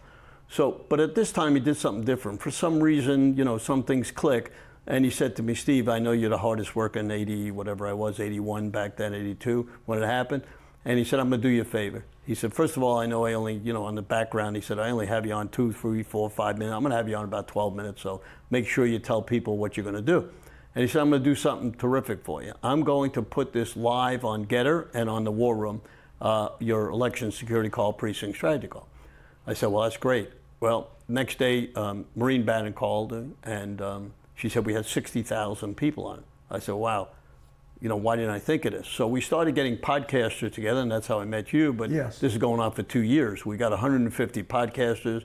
We got OBBM Network. We got Lindell TV. We got everybody that's willing to help us. Now, in this country, you can tell I do everything for free. It costs me money, you know, to do this stuff because, you know, when you go on, you got expenses. So we never ask anybody for money because, you know, luckily I was, you know, got a good career and, you know, I'm very, very well off due. And you've been successful. Exactly. So when we do these things and have these calls, what made a big difference, and I never knew this was going to happen because you mentioned Scott Presley before, and I'm going to tell you a little bit about Scott and what the difference is. We do this for the country. He does this for himself. There's a lot of stories about him. You know, I like the guy because he's aggressive, but he doesn't get other people together with him, and that's something that we do. Just over this past weekend, I spoke to one of the, you know, Patriot Mobile, right? Mm-hmm. So his wife, somebody gave me, actually Bannon was in Texas for about a month, and he asked me to help him with the, you know, with the Texas thing and who I knew. I gave him people. So he said, call Mrs. Story up and you will get a lot of information because she's dynamite. Well, she put me together with many organizations because it's very important in order to spread the word. We're getting about anywhere from 6 to 10 million people on this thing. And the way we do it is by getting all these podcasters, all these networks. John Fredericks puts it on once in a while because he can't knock everybody off. But it's, you know, we have to get the people that are able to stream us. And we have some great people. Now, how did we know we had such a great voice? General Flynn comes on every once in a while, and he invited me to an event up in D.C., which I couldn't attend because I had a back operation. I couldn't make it. About a month later, he called me up and said, Steve, I want to be on the show. I said, well, wait a minute. I always have to call you. How come you're calling me?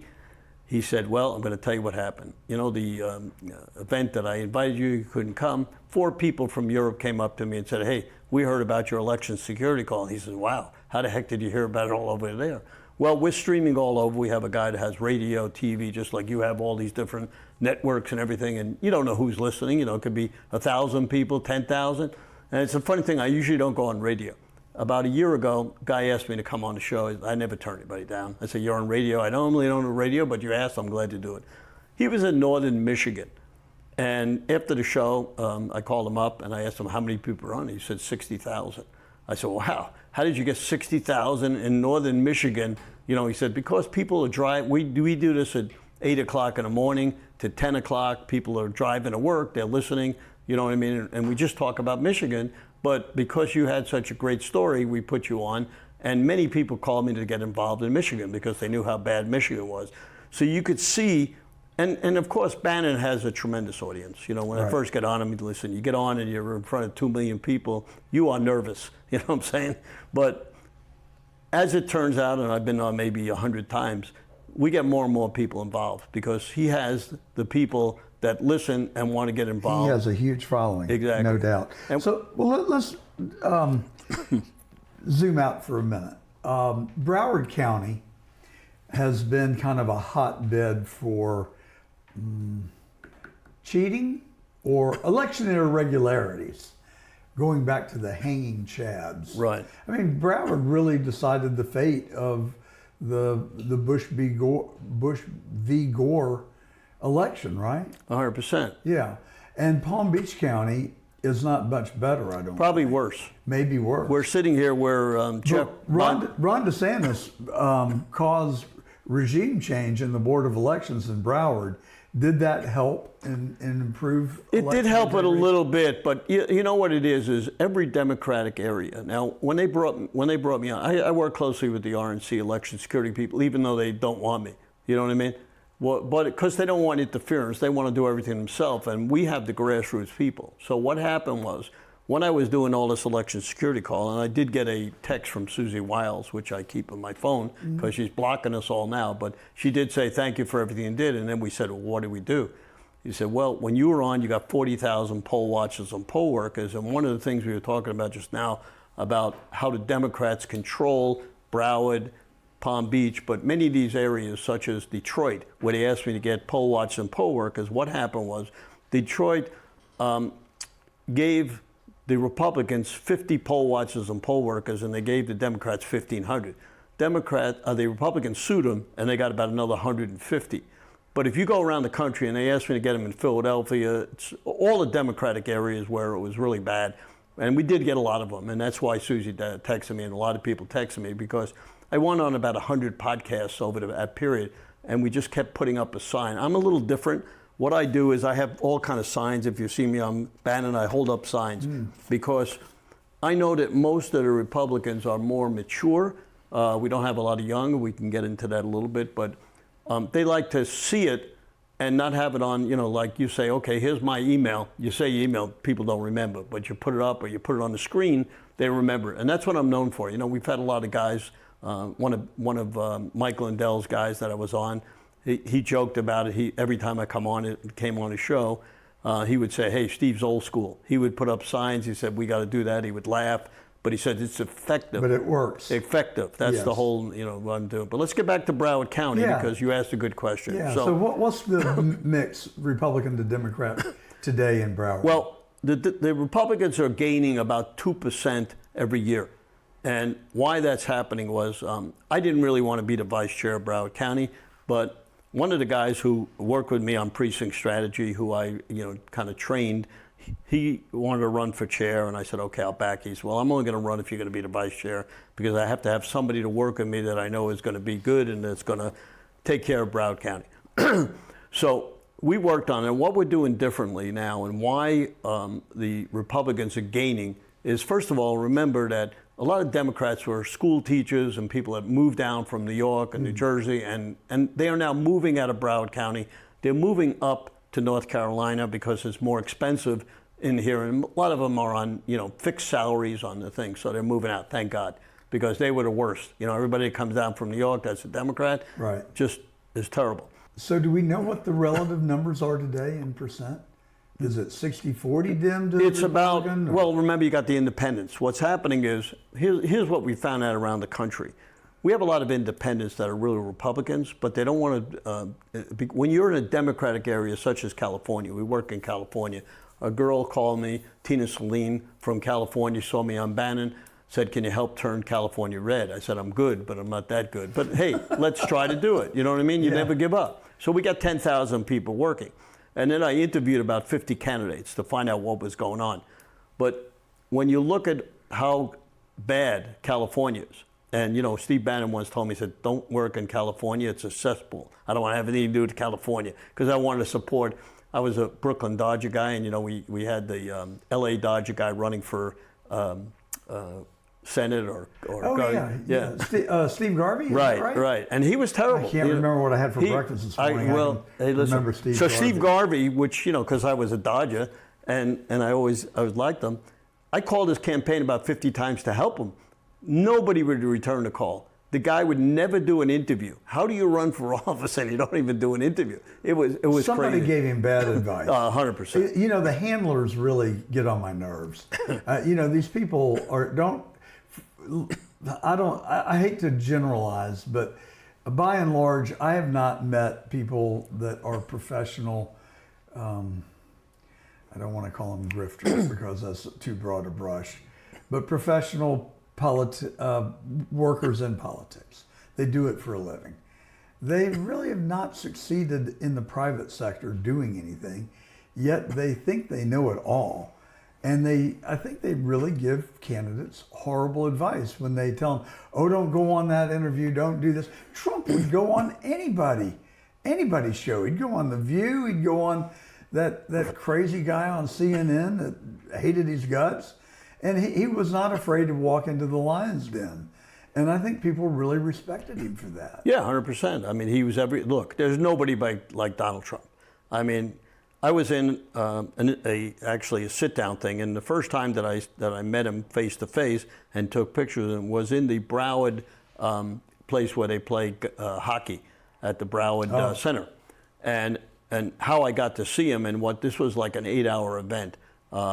It was an event where they had different speakers, and we went from room to room meeting many top people. And I was there at maybe 7 o'clock in the morning, and I didn't see President Trump till about 4 o'clock. And what happened was I was totally exhausted, and they bring you in a room. There was 25 people that got to meet him. I was lucky because I had a candidate running against Debbie Wasserman Schultz, and she paid some money to see him, and I got a numerous amount of people to come to the event. Would have had 17,000 people to see President Trump. Wow. So we go into this pictures, and I was wearing my button that says Precinct Strategy, or PC, Precinct Committee Man. So he asked me what that was, and I asked him, do you know what Precinct Strategy was? And this was the first time that he got to know what Precinct Strategy was. He said, no, I don't, but we're going to have a little conference here. Everybody's going to get 5 minutes to speak, and I'd like you to tell me what Precinct Strategy was. And that's the first time that, we had a conversation, direct. After I told him that, he said, well, I would have won the 2020 election if I knew about Precinct Strategy. He says, give your cards to my assistants, and I want you to come up to Mar-a-Lago. That's how I got up to him. But also a funny thing was, the time that I got up to Mar-a-Lago, which we talked about, a week before I was supposed to go there, and they canceled. So I figured, I'd never get to see him. But what happened was, they called me the next week, and we were happening to do an event for him that same day. So I was up there at 4 o'clock. The event was 6 o'clock. And what that event was I was part of an organization with Jexit, which was an anti-Semitic group, and another group. And we were presenting President Trump with an award for everything he did for Israel. We showed videos. I worked on that for about 6 weeks with them. It was funny because it was all women and myself and one other gentleman. And it really went over well. He was really, he actually was tearing because we showed a tremendous video of him doing all this stuff for Israel. And of course, you know how much he's done for Israel now. So, and we're in the middle of it, what's going on now. So let's go back to Broward because you asked me a question. Before we do that, since you went here, Jewish people seem to reflexively vote Democrat. Would you agree with that? 100%. Why? They were born. The they were born. Democratic Party has not done anything for Jews in this country compared to what Donald Trump has done. The Abraham Accords, moving the embassy to Jerusalem, and the foreign aid that we extend, and the relationship that he has with Netanyahu. We can go on and on. And he's trying to bring peace to the Middle East. Correct. So I heard you start to answer, but go ahead and finish. Well, I'm going to give you a funny thing that happened. Yeah. Prior, and I did meet President Trump prior to the two things that we talked about. I met a girl who was one of Trump's people, and we were up in Mar-a-Lago having lunch with this young lady. She invited us up to Mar-a-Lago, not knowing that I would see President Trump. And all these Jexit people were there, and we had about 10 people sitting there. President Trump normally comes in the back of Mar-a-Lago when he plays golf. Mm-hmm. But for some reason, he came in the front where we were sitting, and he saw the girls that had bags, Jexit, and one of the girls is a friend of his. And he came up to us, and he started talking, and he said, why don't the Jews vote for me more? Exactly what you're saying. Yeah. And we had, this girl really did a lot of research on it, and some of the things are they're more to the socialistic area. The Jewish people tend to want people to get stuff, they want to support people, et cetera, like that. Well, I think Jewish people tend to skew compassionate. Is that a fair statement? Yeah, that's one of them. I'm Jewish, so I'm. Well, I'm not blowing smoke. Yeah, no, of course. I have many Jewish friends, and they tend to be very philanthropic, and they tend to have a compassionate side to them, from my observations. And then I don't know whether you ever met Bernie Marcus. He used to live in Boca Raton. Never had the pleasure. Well, I did have the pleasure. He was a remarkable human being. He also maxed out to 2 of my campaigns. I've run for office twice and unfortunately didn't win either time, but he and Ms. Marcus maxed out, and he was a staunch Republican.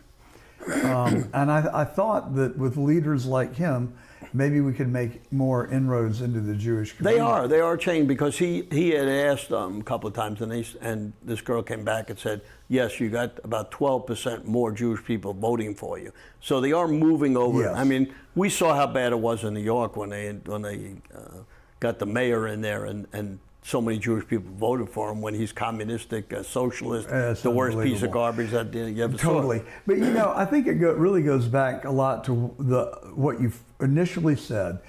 People just, it's not that they don't care. You know, I ran a campaign for governor in Georgia in 1982, I believe, and we had this guy named Matt Reese. He was big as a barn, but he was a Democratic political consultant. And in Georgia, there were no Republicans in 1982, okay? I mean, it was either you were a Democrat or a Dixiecrat. So anyway, Matt Reese, who was brilliant, and he would be an exception to the people I was referring to earlier, he said, you know, when you put people's priorities on a piece of paper, first it's going to be probably their job. They got a boss, they got an income, they need to insure it. Secondly, their family, their spouse, their children. Then probably their church, their religion. Then maybe it's golf or tennis, whatever they do to recreate. Maybe it's reading, maybe it's movies. Somewhere along the list of priorities falls politics and government, and it's probably number 10 or 11 on the list. Not because they don't care, but just because they're only 24 hours in a day and they're consumed with the other parts of their lives. Well, that's a good thing you said that, because I'm gonna move to something very important. Next week, Wednesday and Thursday, we're having 2 of the biggest events that probably I've ever had, and I want to explain, because some of the people that are talking are from Georgia, and you're gonna want to come on this thing. So next Wednesday is our election security call, and I just want to read off some of the people who are going to be. We're going to have Dr. Rick Richards, who is from Georgia. He's going to be talking about what he's doing to help Georgia with the voter rolls. Because as you know, they just invaded the Fulton County, took all the ballots, because we all saw how bad it was, and now they did in Maricopa the same thing. And I worked with Michelle Swinnick for 2 years, and she went down and visited the election board and saw how they stole the election from Carrie Lake. And I've spoken to Carrie a bunch of times, and you know, we're trying to get her on. She was supposed to come on our election security call, but she got called away just when she's coming on. Then we're going to have Dr. Robert Epstein. I want to talk about him because Dr. Robert Epstein is a guy that I saw on Cleveland Mitchell Zoom. I go on there every Friday to learn more about it. I'm not an expert on election integrity. I bring the experts on, and that's what we do on this election security call. Dr. Robert Epstein is actually a Democrat. I saw him about 2 years ago on Cleveland Mitchell's Zoom meeting, and I called him up, and I said, hey, I'd like to have you come on mine. Now, why did I have him on? Well, he's got 11,000 people working for him. He's a Democrat. He's a psychological guy. What he does, he goes against Google. He believed that Google swayed the election in 2020, even more than the stealing part of the election, that 12% of voters, he has tremendous knowledge and information. 12% of the voters could have voted one way, but they voted another way because of all the information they got from Google, which was swayed 90% to the Democrats. Yes. So he stops that from happening. Very important. He'll come on, he'll talk about that, see what's going on. We're going to have a guy, Jerome Corsi. I don't know if you know Dr. Jerome Corsi. Dr. Jerome and Peter Tickton, who you may have met at our event the other day, and Flynn and a couple other people, and are working on executive order. And I'd just like to say, Peter Tickton called me on Sunday and said, can I put your name on a letter to President Trump for all you did for election security? I said, of course. I said, why would you ask me? He said, well, you know, I'm a lawyer and I always want to get permission. Yeah. I said, well, that's very nice of you. I said, when I see you next time, I'm going to hug you. Gentlemanly thing to do. Right. So Dr. Corsi has been working on it. He's going to be talking about this EO, which they've been working on. As you heard, I don't know if you heard yesterday, President Trump just going on the SAVE Act. He wants to call it Save America Act, and he wants to change it to add mail-in ballots. So we're going to have John Goodman on. John talks about mail-in ballots 90% of the time, realizing that mail-in ballots are where they steal the election. Yes. California, Joe Hoft and myself have worked in Orange County trying to help them. They don't even want help. They just let it happen. If you remember the last election, 3 of our candidates for Congress were winning the election on Election Day. A week later, it was close. They brought in mail-in ballots. The week after that, they brought in more mail-in ballots, and it was tied. The third week, they brought in more mail-in ballots, and we lost the election. Well, how do you bring in mail-in ballots 3 weeks after the election? Doesn't make sense. I guess the postman's really slow out there. So we work closely on that, and John has worked very closely with Tickton and everybody else about mail-in ballots. And yesterday, or the day before, when President Trump was in Miami, he talked extremely a lot on mail-in ballots. Right. So we understand on that. Well, I worked on the election case in Georgia with Bob Shealy, Charles Bundren, and Preston Halliburton, Jeffrey Satir, and Perdue against the Fulton Board of Elections.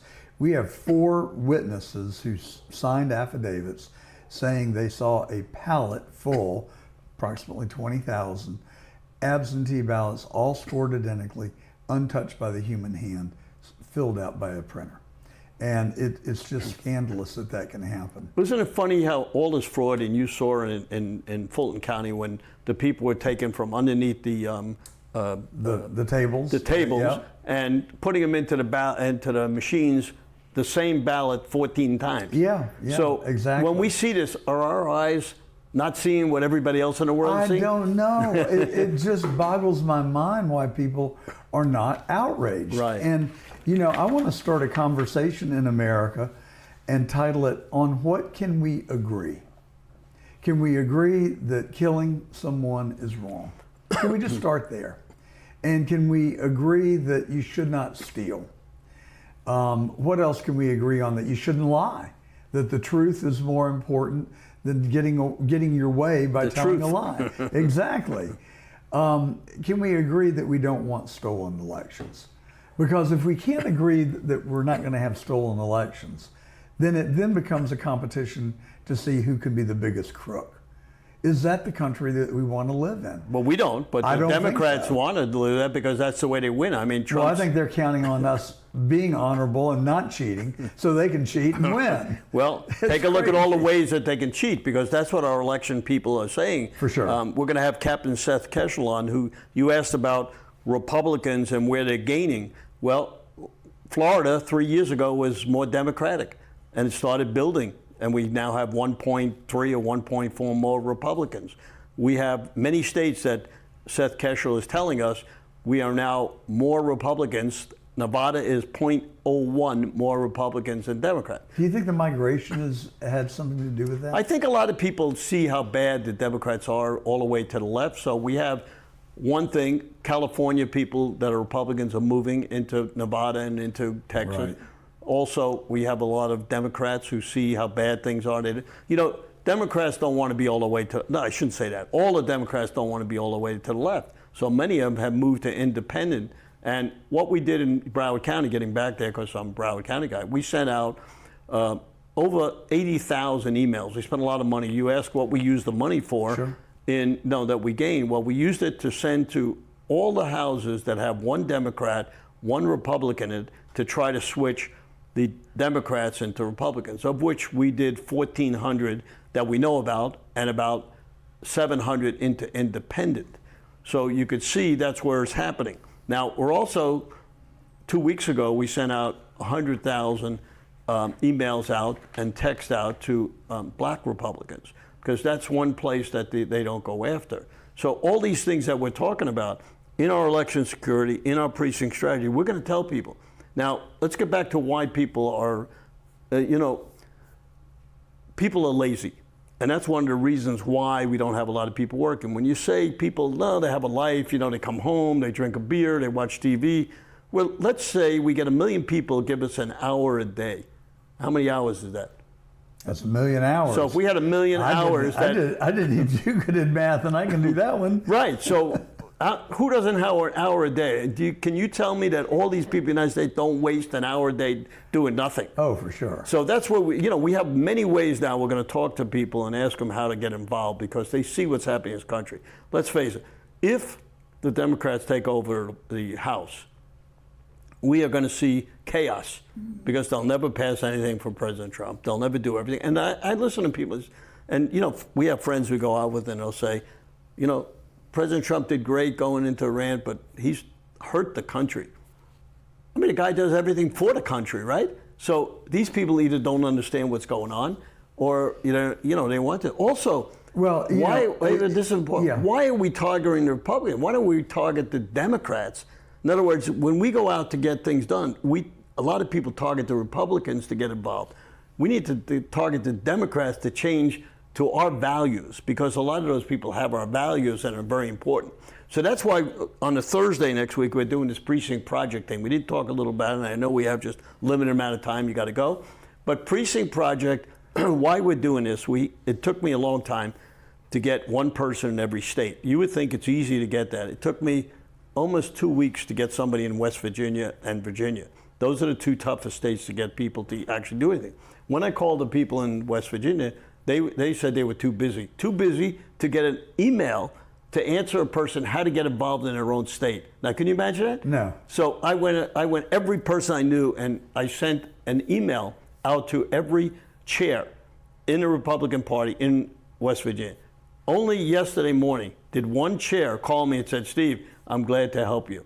Now the other chairs didn't even return the email to get involved. So you could see what's happening. So if the head people don't want to help, how are the people on the ground going to help? But hey, it's a fight. You got to continue to fight, and you got to get people involved. That's part of the challenge. But the good thing is that however hard it is for us, that it is equally, maybe even more difficult for the Dems.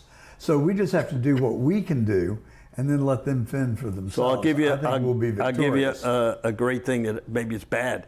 I got a text from a friend of mine about 3 weeks ago, and on it said, Democrats take on precinct strategy and have an hour and 15-minute video to teach people what the Republicans already know. Yeah. Now, if the Republicans are doing this, the Democrats, after all these years, find out about it, they realize how important it is of what we're doing. So now we got to even stress more how important it is to the Republicans, because they're stealing our book, and we got to make sure that they don't steal us. Now, when President Trump won, one of the things I got on everybody, I knew this was going to happen. People think that President Trump is going to help us win the midterms.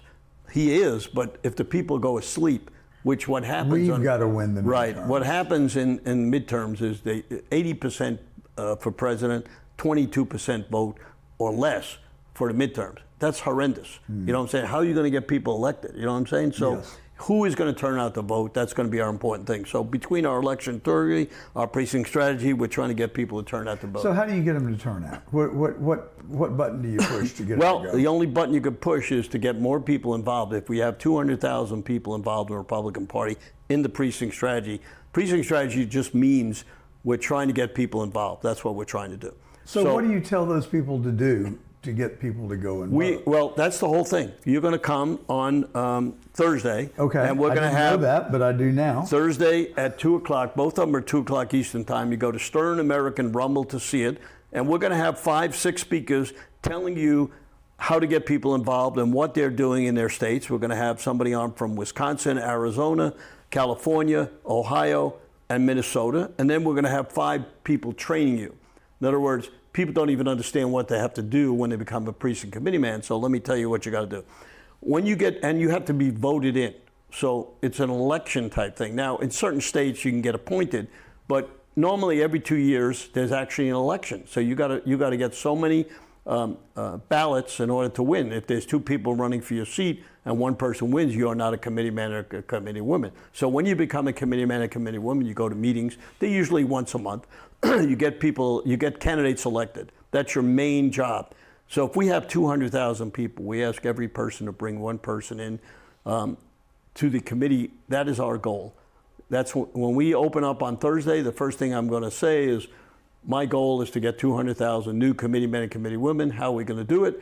This is the way these people are going to be on. They're going to tell you how they're going to do it. The first way, every person that's a committee man and committee woman, bring one person in. How hard is it? You don't know one person? If you don't know one person that you can get in, get on the phone. Yeah. Do something. So you got to make phone calls. You got to do poll watching and poll work. And there's all these different type things that you can do. And the nice thing is you meet people. You know, it's like a social event also. We have a lot of social events. You came to one of our events and you saw how great it was. The people got to know each other. We bring different people together and they get involved. There was a nice vibe at that luncheon too. People were very friendly and very congenial. That's because we make it like that. You know, we make sure that people get there early and they stand in the lobby and you saw people talking to each other. And I think you got to see Peter Tickton, which you may never have got to see. He was at the event. And, you know, Dave Bratt, did you get to meet Dave Bratt? I did. So I Dave, had a nice chat with Dave. And I got Peter Tickton's book, and he's going to come on The Truth. So Dave Bratt is an interesting guy. I don't know if you know him or not, but he was a congressman. Yeah, from Virginia. Right. Now, he beat a guy with 150,000 against 6 million. So we always bring him to talk to people on how he did that. And, you know, he explains that. He's also the vice president of Liberty University. But the nice thing about him, you call Dave Bratt up, I call him up. What do you need, Steve? He is a guy that, he's on Bannon. He was a co-host when Steve went to jail. And was nice. The family had me do a shirt for Steve Bannon when he went to jail.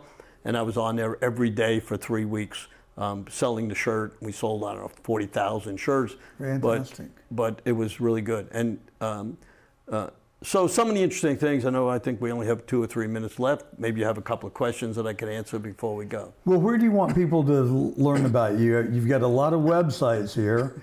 I know you want people to go to bandedbottom.com and bandedbottom.com, sure, but I'm joking. Yeah. Of course you do. That I would encourage our viewers to do that. But what about in terms of? I think the most important thing politics? is go to Stern American Rumble, because that's our channel. Everything is there, and that's where you can find out what's going on. And the nice thing is, anytime we have an election security call or a precinct strategy call, everything is there live and it stays there. So you could get up at 2 o'clock in the morning, have nothing to do, and you just watch it. So that's the most important thing. We're building that to be, extremely big so that people get a chance to see stuff. And the most important thing is getting people involved. So we're calling chairs all over the country and asking them to get other people involved. Now, the problem we have is, and this is a delicate situation, there are, how I got involved in this precinct project is a guy in Pennsylvania who is a chairman in Pennsylvania. I think it's Butler or Cobb, one of the big areas.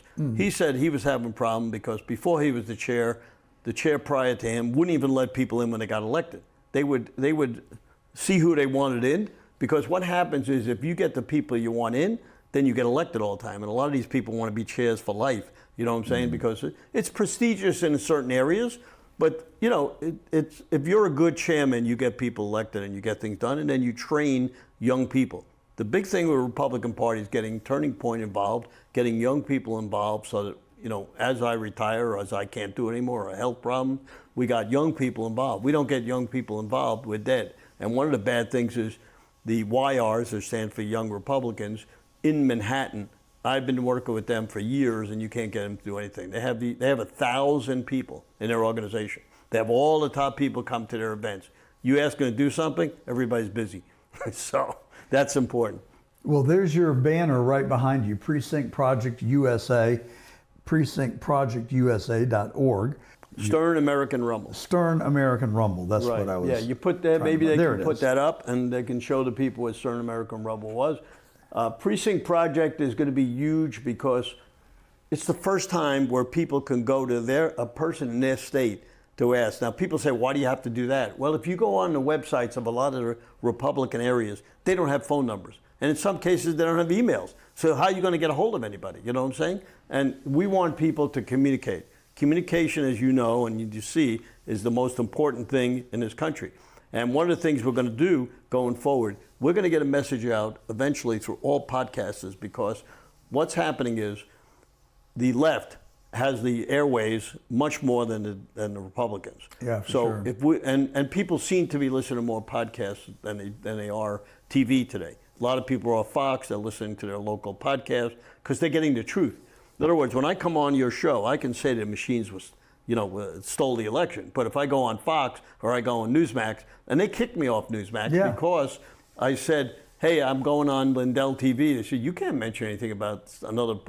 I'm like, what are you talking about? That's ridiculous. Well, I think we need to get back. Another thing we should be able to agree on is that we all have freedom of speech. And if that happens to be something that you want to include in your talk, I think you should be allowed to do it regardless of what network you're on. 100%. Well, your observation is correct. We are out of time, Steve, but it has flown so fast. And I would just say to our listeners, our viewers, if you would work 10% as hard as this guy does, and I think he said that's like an hour a week, right? Because you're probably putting out 90 hours a week. I don't know. But just 10% of your leisure time devoted to politics, you would help save our country. And Steve Stern is my new hero and role model. He's only 84 years young. His wife looks a lot younger than he does, I'll tell you. And but man, he's got the energy of a 20-year-old, and his heart and his priorities are in the right place. So Steve, thank you for coming on The Truth. It has been my pleasure, and that is the truth. And I'm John Gordon.